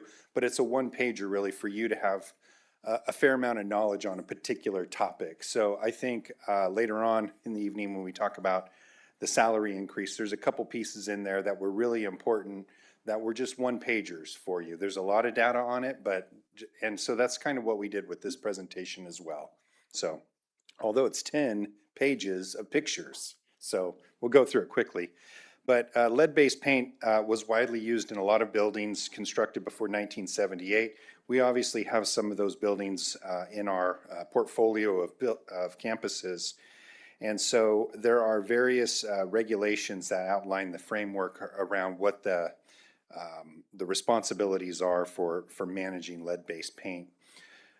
These here, this is just a list of those various responsibilities, but I think one of or I should say the various codes or compliance matters that we have to work around. But really one of the big ones is down there in the bottom. The key threshold for paint exceeding 5,000 parts per million would be considered lead-based paint.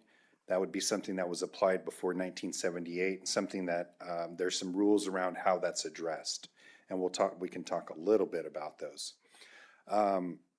This here is basically kind of the matrix or metrics of when certain things are triggered.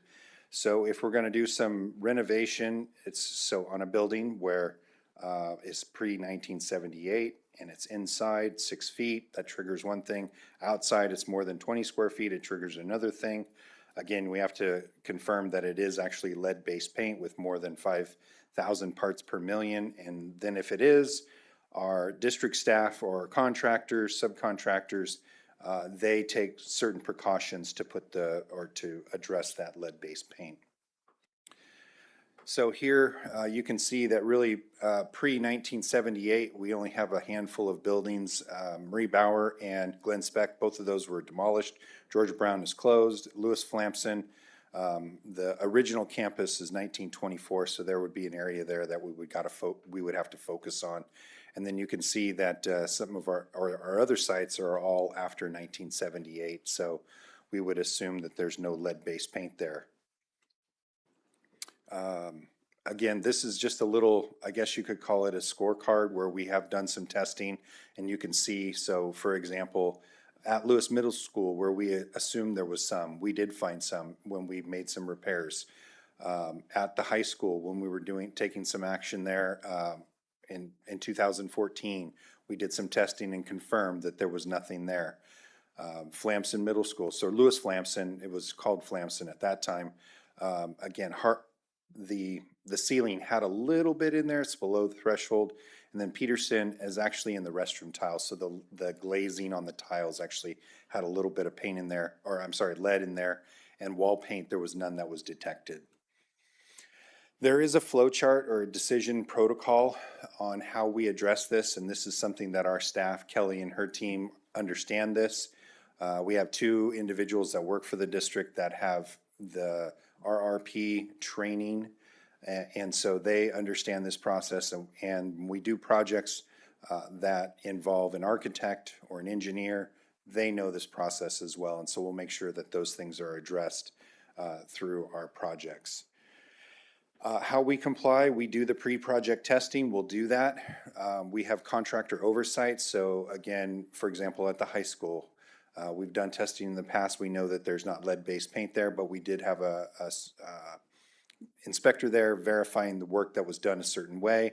And then in the specifications, there were details on how the contractor was supposed to address lead-based paint. I mentioned already, we do have 2 district employees that hold the lead renovator certification. And if they're gonna do any work, they know the proper work practices to take when they address that. This is just a little bit more on our internal staff that have this certification.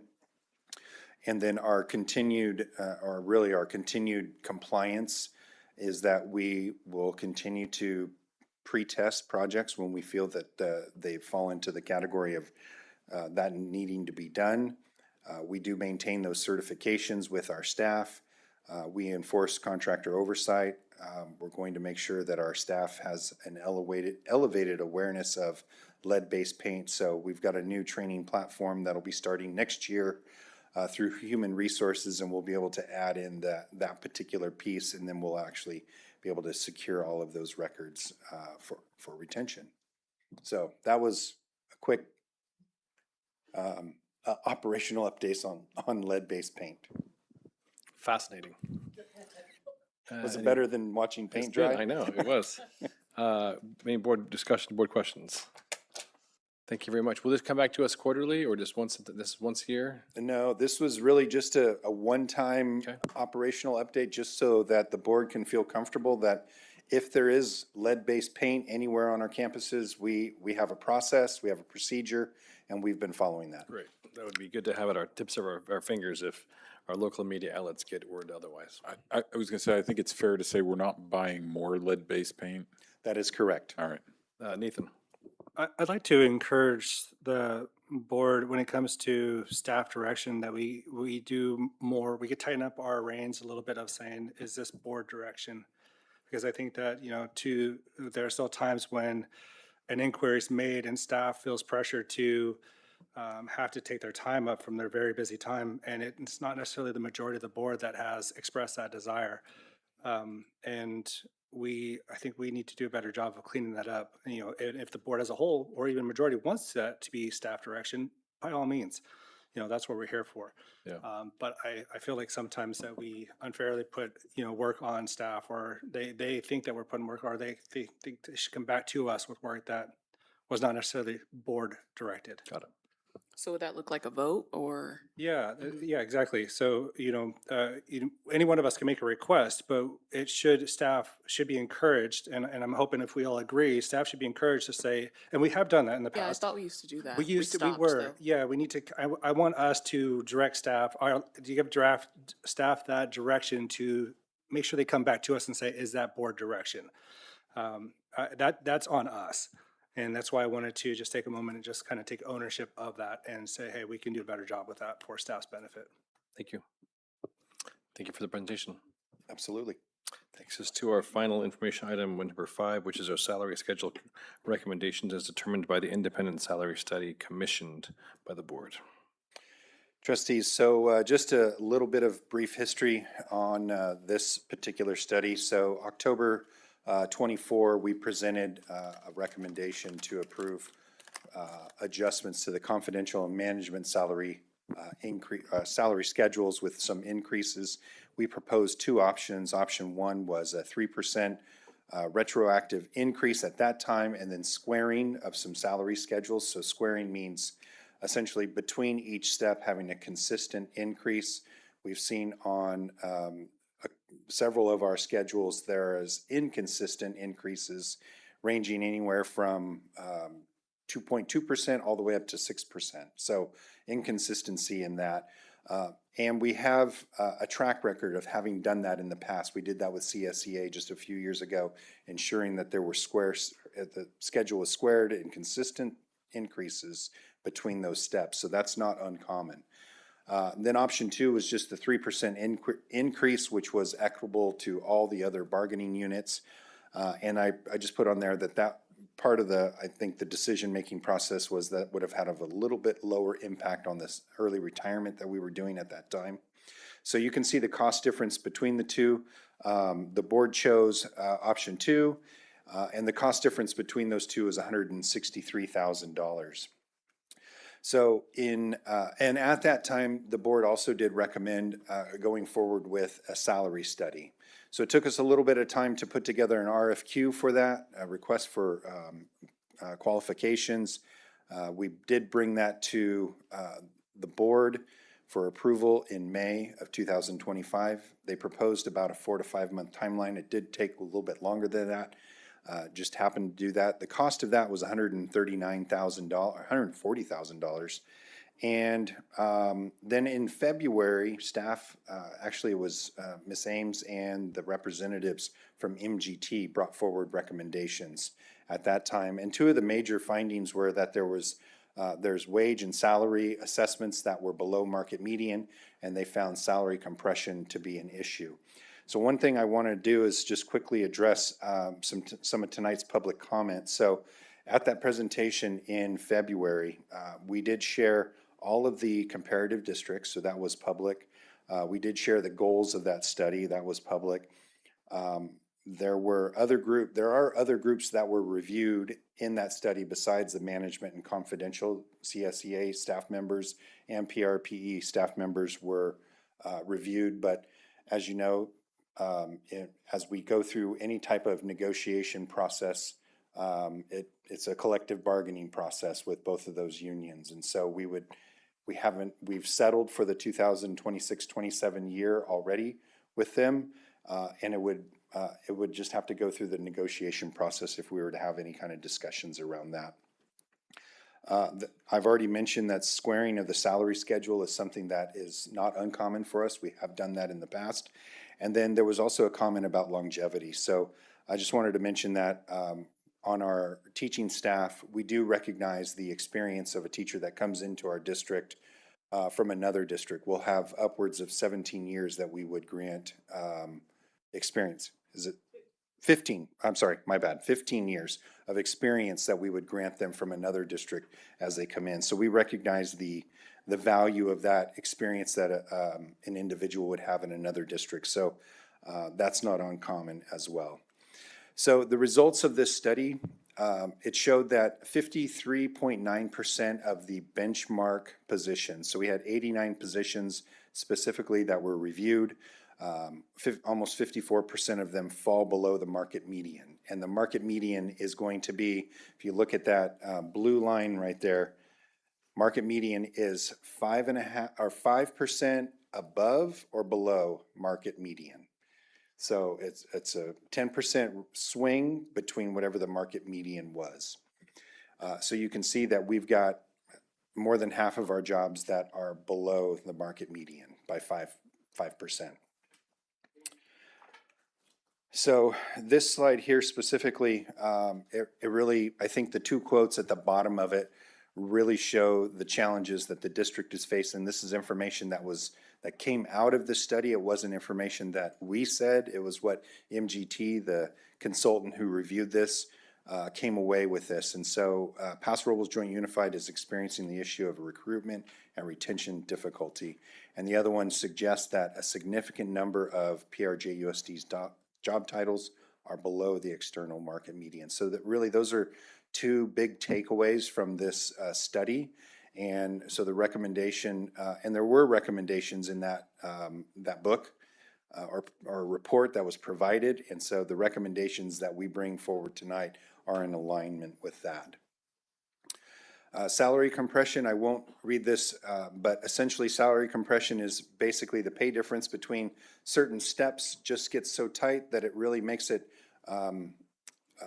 it limits the career ladder for employees in the district, and then it limits the incentive for employees to really try and promote through the district. So it creates challenges. We see that on the certificated side, the difference between a teacher and some of our entry-level management positions are really significant. We even have some classified folks that are on the management schedule that were making less than individuals that they were supervising. So I think the next slide is a pretty good example on the certificated side. You can see this green line here that runs a little more horizontal. That's the starting and the ending salary for one of our teachers. And then you can look, these lines here are different levels of management positions. I believe this is an SES, this is assistant principal at the middle school, and assistant principal at the high school. So you can see that on a daily rate comparison, teacher would actually make more than a couple of our management individuals. And then as they get to the top of this step, there isn't, this is a good example of the compression where the range here between the two is so tight that it really doesn't incentivize an individual to move into the management positions. So MGT, their recommendations, and what we're recommending tonight on the certificated and the classified management schedules, just reallocate those benchmarks, basically adjusting the market median salaries for those, and then also create on the right there proportional scaling, so ensuring that the compression issue doesn't continue as we make these adjustments. So there has been a question about, let's just focus on key positions. I know that has come up from some trustees. And so as we went through this process, we really looked closely at potentially being able to do that, focus on those key ones, but it really had some unintended consequences. If we're just looking at key positions, it's really just kind of a targeted increase, and it's really not focusing on the whole ecosystem, as you might say, for all of the management individuals. So again, it really undermines the recruitment and retention process. It creates challenges for that talent pipeline if we're only targeting certain positions. And then when we think about the targeting certain positions, it really kind of erodes the validity of this report, because the report has talked about the compression amongst many of those positions. And so if we only target them, it really just kind of erodes some of that. This is probably one of those pictures of, and the next one are probably some of those pictures of things that were mentioned earlier, but they're really meant to be just kind of a snap or a one pager that you can take away. So this is kind of that takeaway on if you're only kind of focusing on targeted or really just the bottom kind of rung of the career ladder, some of the challenges that we're going to face. And so I think really the takeaway here is that if we only focus on the bottom steps and raising those, the salary issue, it still continues to be a challenge, and the compression, it just actually gets worse. So there was one question that came up about merit pay. And again, here's another just kind of a one pager that can be taken away about merit pay as opposed to across the board salary increases. So the core argument is that merit pay really rewards an individual based on performance or effectiveness, and it's incentivizing stronger performance. But proponents have really showed that what it does is, especially in the teaching profession, there have been organizations that have done studies that show that there's no added benefit to student performance when there's merit pay surrounded around it. A lot of the things that are tied to merit pay can't necessarily be, or I should say, they are influenced by outside factors. So, for example, the socioeconomic status of a classroom. that's an outside factor that really that wouldn't be able to be controlled by merit pay. Merit pay also undermines the collaborative culture. So if we're saying principals, you can get a salary increase if you increase your scores by X. Well, that doesn't really encourage that principal to work with another principal. So the collaborative approach is kind of eroded through that. And I know there was a conversation as well around, performance. So every year individuals receive a performance evaluation. So if an individual is not performing the way that they need to, that's where the evaluation process comes into play. And so these management positions, they have a higher level of accountability. And so they're all held to that higher level of accountability. So at the end of this presentation here, or as we near the end of it, the recommendation is going to be that we square the cells, and we've given you examples of what that would look like. They were not finalized by the time we posted. I believe you have them at the dais. So each of the cells would be squared. There would be 58 employees that are impacted by this adjustment. The average increase for those individuals would be 2.5%, and the total cost for the squaring, the adjustment based on bringing folks into the market median area would be $216,689. And this would be implementation for the 26-27 school year. This is a list of the individuals that would be impacted. I won't read those all to you, but it does across the board impact classified and certificated staff members. And as we look at those 58 employees, it's not going to be just a blanket across the board. An individual is moving from step 2 to step 2 on the adjusted schedule. They may actually move back a step, because the idea is that we're looking for retention as well. So as we adjust the market median, the maximum, that's what a person that we're trying to work toward, is get a person to that maximum step. And so as those schedules adjust, we may move them back a little bit. They'll receive a slight increase, and again, it's dependent on each person. The whole schedule that we broke down probably it ranges from about a 0.9% to upwards of 7%. And again, it just depends on where they fall in there. So it's not going to be just a blanket, everybody's getting a 10% increase or 7% increase. It varies. And then really the guardrail for all of this is that nobody's going to be lose any money through this process. Everybody will be held harmless, and they'll be able to stay at least at where they were. So at this point, it's for information, and staff will bring forward an action item, August 18th. Thank you for the presentation, Brad. Questions on this? Nathan? When it comes back, will we have the actual salary schedule so we can actually see those numbers? You should have a copy of it at the dais this evening. Oh, thank you. Yep. I did not realize that. They are attached now to the board agenda. Just at the date of publication, they weren't finalized. So it's a lot of moving pieces on that. No, this is okay. That's perfect. Thank you. And you said it's online for those It that is want to ask? attached online. Okay, thank you. Yes. This fixes it for forever? Or we'll have to monitor this? So what I would say is it fixes it. Or like, how do we make sure it doesn't happen again? So I would say we're squaring the cells. So that's a really important piece. And so we need to be consistent with that as we move forward, continue to square that. I can't say forever that it's going to fix the market median price, because we see jobs fluctuate. And so as time goes on, there may be jobs that become higher demand, and the market may say that a particular position, because of the market, demands a higher salary, or it may, because things have changed, maybe it deserves a lower salary. So it is best practice that these types of studies are done occasionally.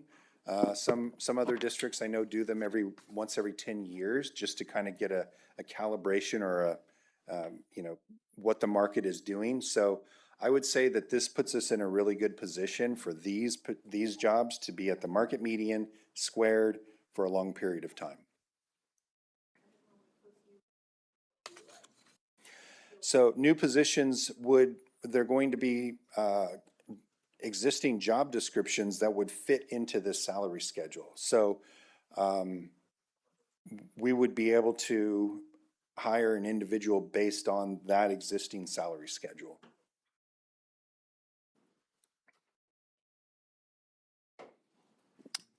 I think I'm gonna have to have a meeting with you. I don't understand a lot of the squaring of the cells thing.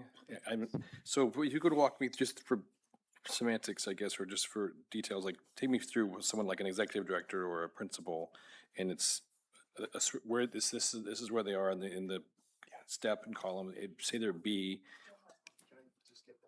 Where are we now compared to where this is? I don't know. Where's the change in here?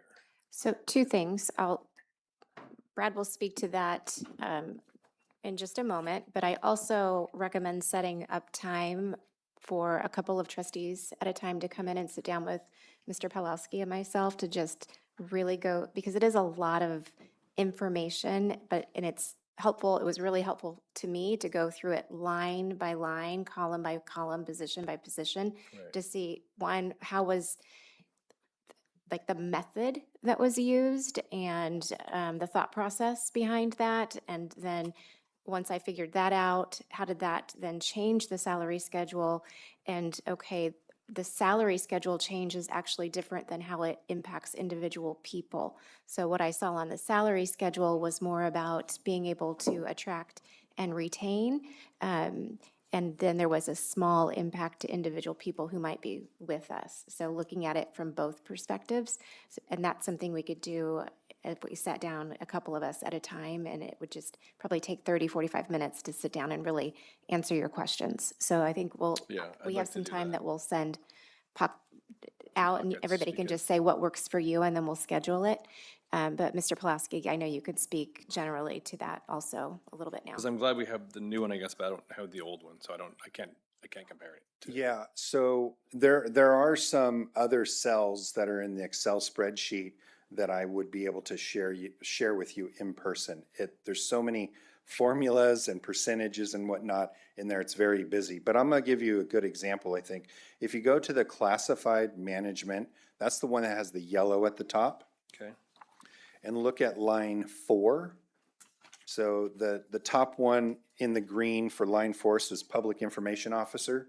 Does everybody see that? Mm-hmm. Okay, so if you look at the cells that are white, the increase from step 1 to step 2, that's a 9.62% increase.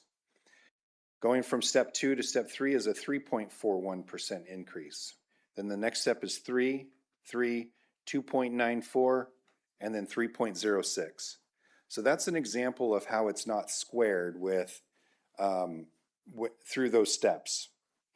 So what we did was we made a recommendation that that particular category of employee be increased 3%, and we made the last step in there to hit the market median, plus or minus 5%. And so this one actually, where it came in is 1.03% lower than the market median. So it's in that target range. And then we work backwards with 3% steps. Does that make sense? It's very, I got it. okay, but we can do it in person. And so there was a very calculated way that we did this.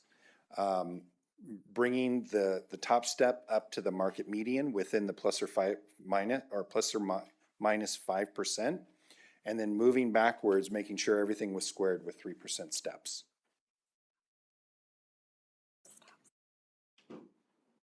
But an in-person meeting with my gigantic spreadsheet, I can share it with you, and I think it'll make a lot more sense.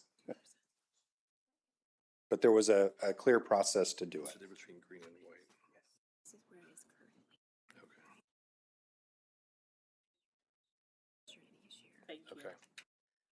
Okay, thank you very much. Yeah, we'll have to set up agendas, meetings to review these. Okay. Appreciate it. Takes us to superintendent comments. Okay, well, I want to start with congratulating Heather Wahlberg, our Director of Early Childhood Education, and the incredible staff at Marie Bauer. They were just today, an article was released by EdSource. EdSource is California's largest nonprofit journalism organization, and they focus exclusively on education-related matters. But they, as you know, we celebrated Marie Bauer earlier for the statewide accolades that they have received. And as a result of that, we have other districts from across the state wanting to come in and learn from what's happening in Paso Robles. And we also had this really lovely article written about our program for EdSource. And so we'll share that with the community and with trustees, but it's just a really lovely article, and it's just wonderful to see our staff, this program being spotlighted the way it is. It's very much deserving. And since we're not meeting in July, we're dark for our board meetings in July, I wanted to share that the Industrial Arts Education Auction is being held at the Stockyard at the Mid-State Fairgrounds on July 16th. Previews of student projects begin at 11 with awards and the live auction following right after at noon. This is a great opportunity to support our talented student fabricators, and you can also cap it all off with the Cattleman's Day barbecue later that day. So fun for all. As a reminder, the window for declaring candidacy for the school board opens on July 13th.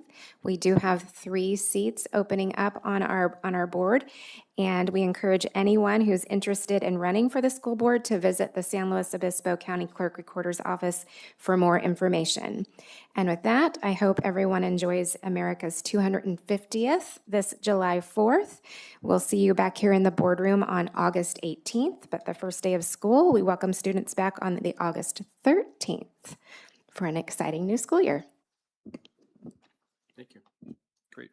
Mr. Kogan. I would also wish everyone a happy semi-quincentennial, just so I could say semi-quincentennial.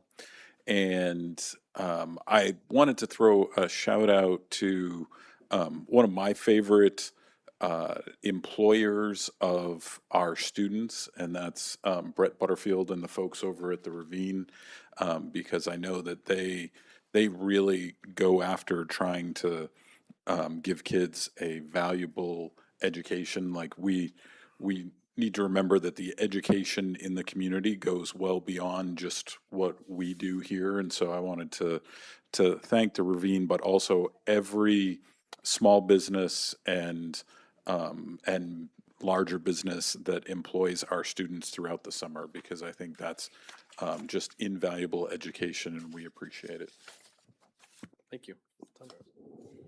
I just want to extend gratitude for all of the graduation and end of the year things that had to go on, especially Miss Justice took very good care of us on the day of graduation, and Wind and all of the thoughtful, like literally thought of everything, assistance with that, and just really proud of our Bearcat class. It was a special time for me, obviously, because my son graduated, but those were all the kids he knew through the years. And so watching how they've grown and what they've done and where they're headed, it just makes me really proud of our district.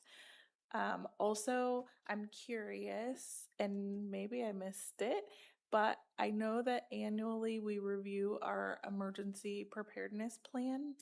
And I'm curious if you could remind me when that happens. And then also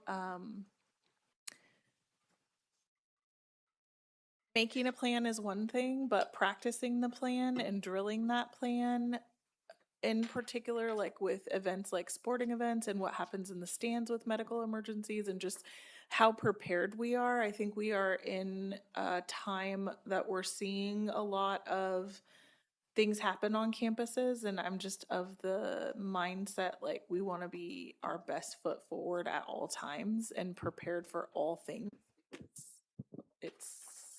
We've seen some really awful things happen on campuses. So. Thank you. Nathan.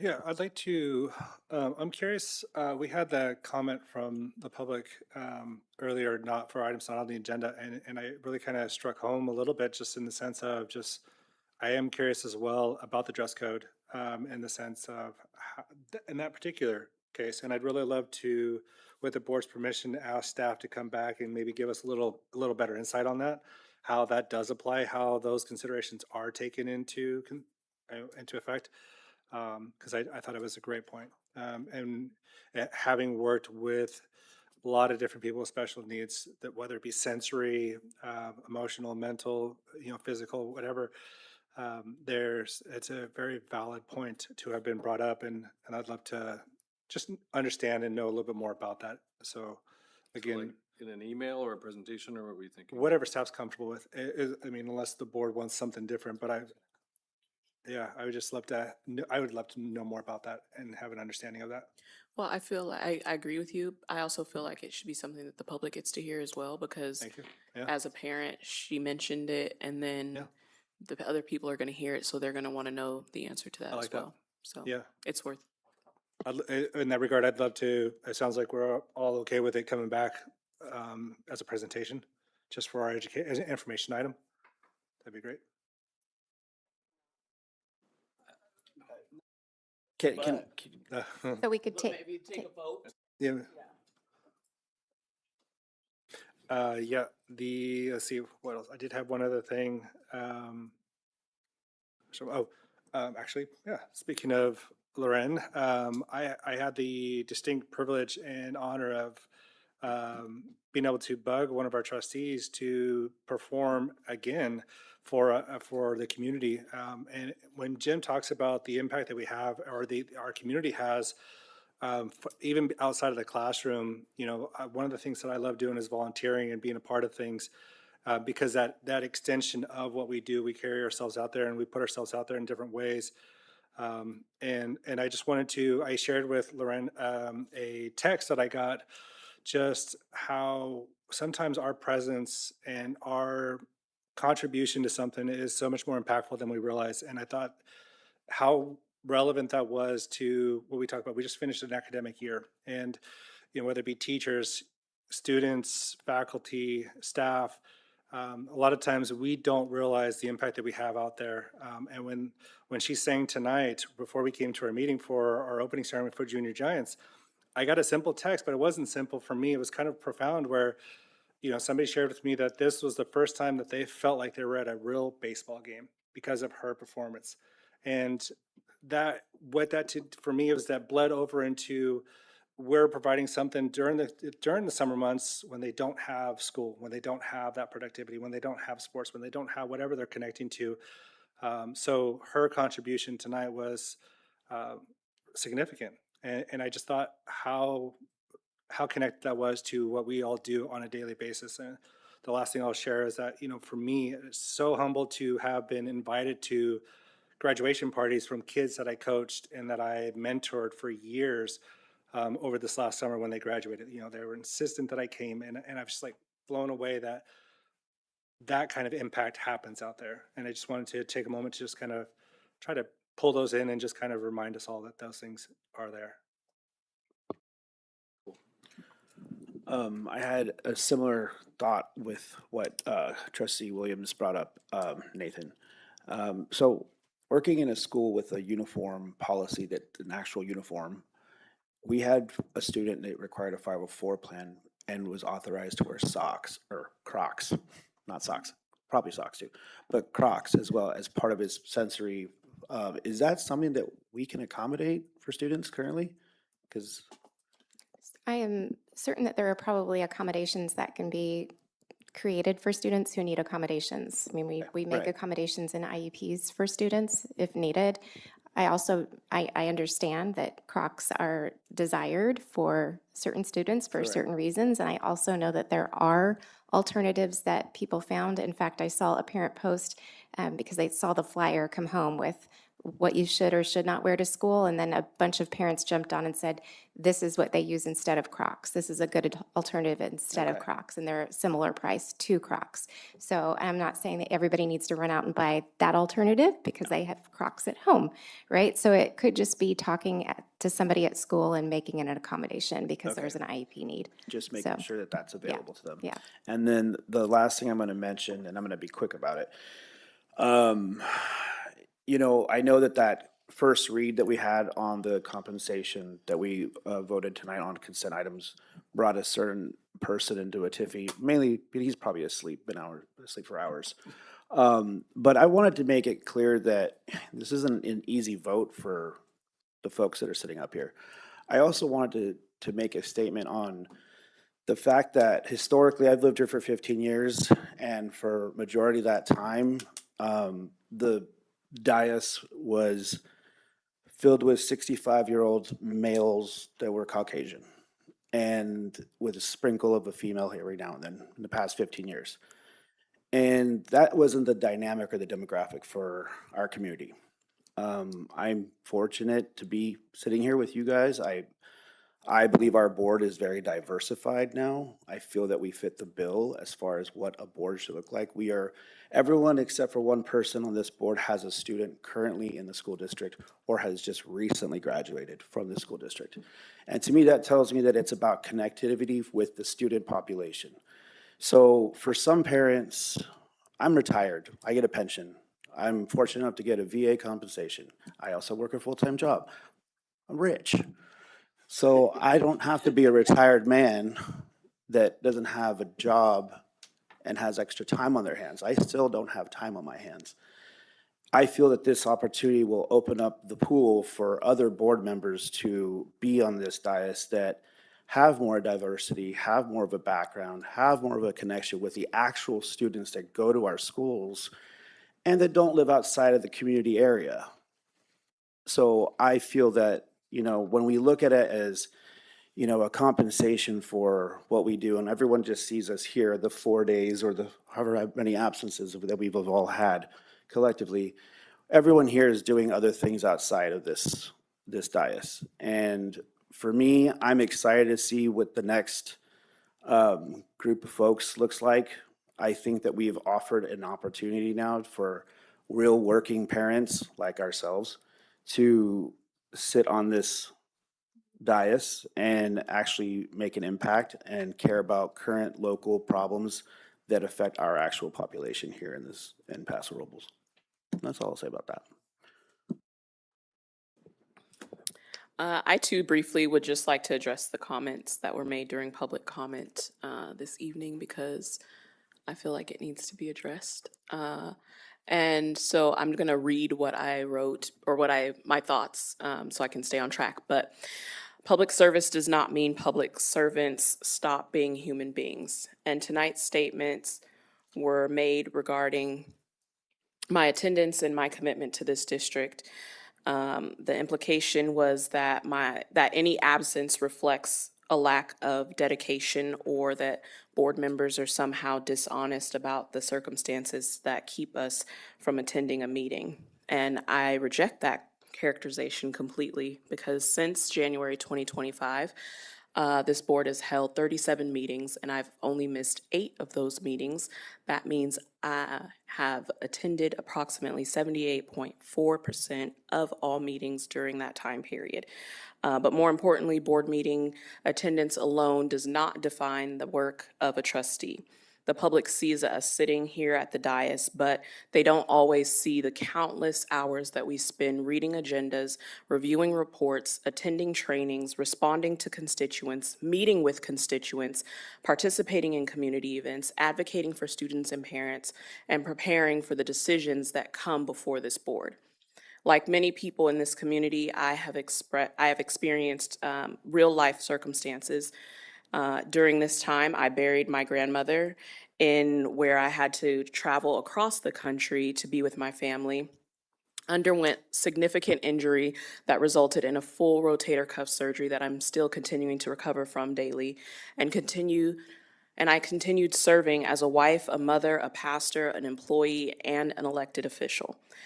None of these responsibilities diminish my commitment to this district. In fact, they reflect the reality that trustees are members of this community who serve while balancing the same challenges many of our families face every day. Reasonable people can disagree about trustee compensation. That discussion belongs in the public square. What I will not accept is the suggestion that trustees who face hardships, illnesses, deaths, family emergencies, and other life circumstances are somehow less committed or less deserving of respect. We're humans as well, and we deserve to be treated as such. Public service should not be reserved only for those who can afford to do it for free. Working parents, employees, caregivers, and community leaders deserve a seat at this table too.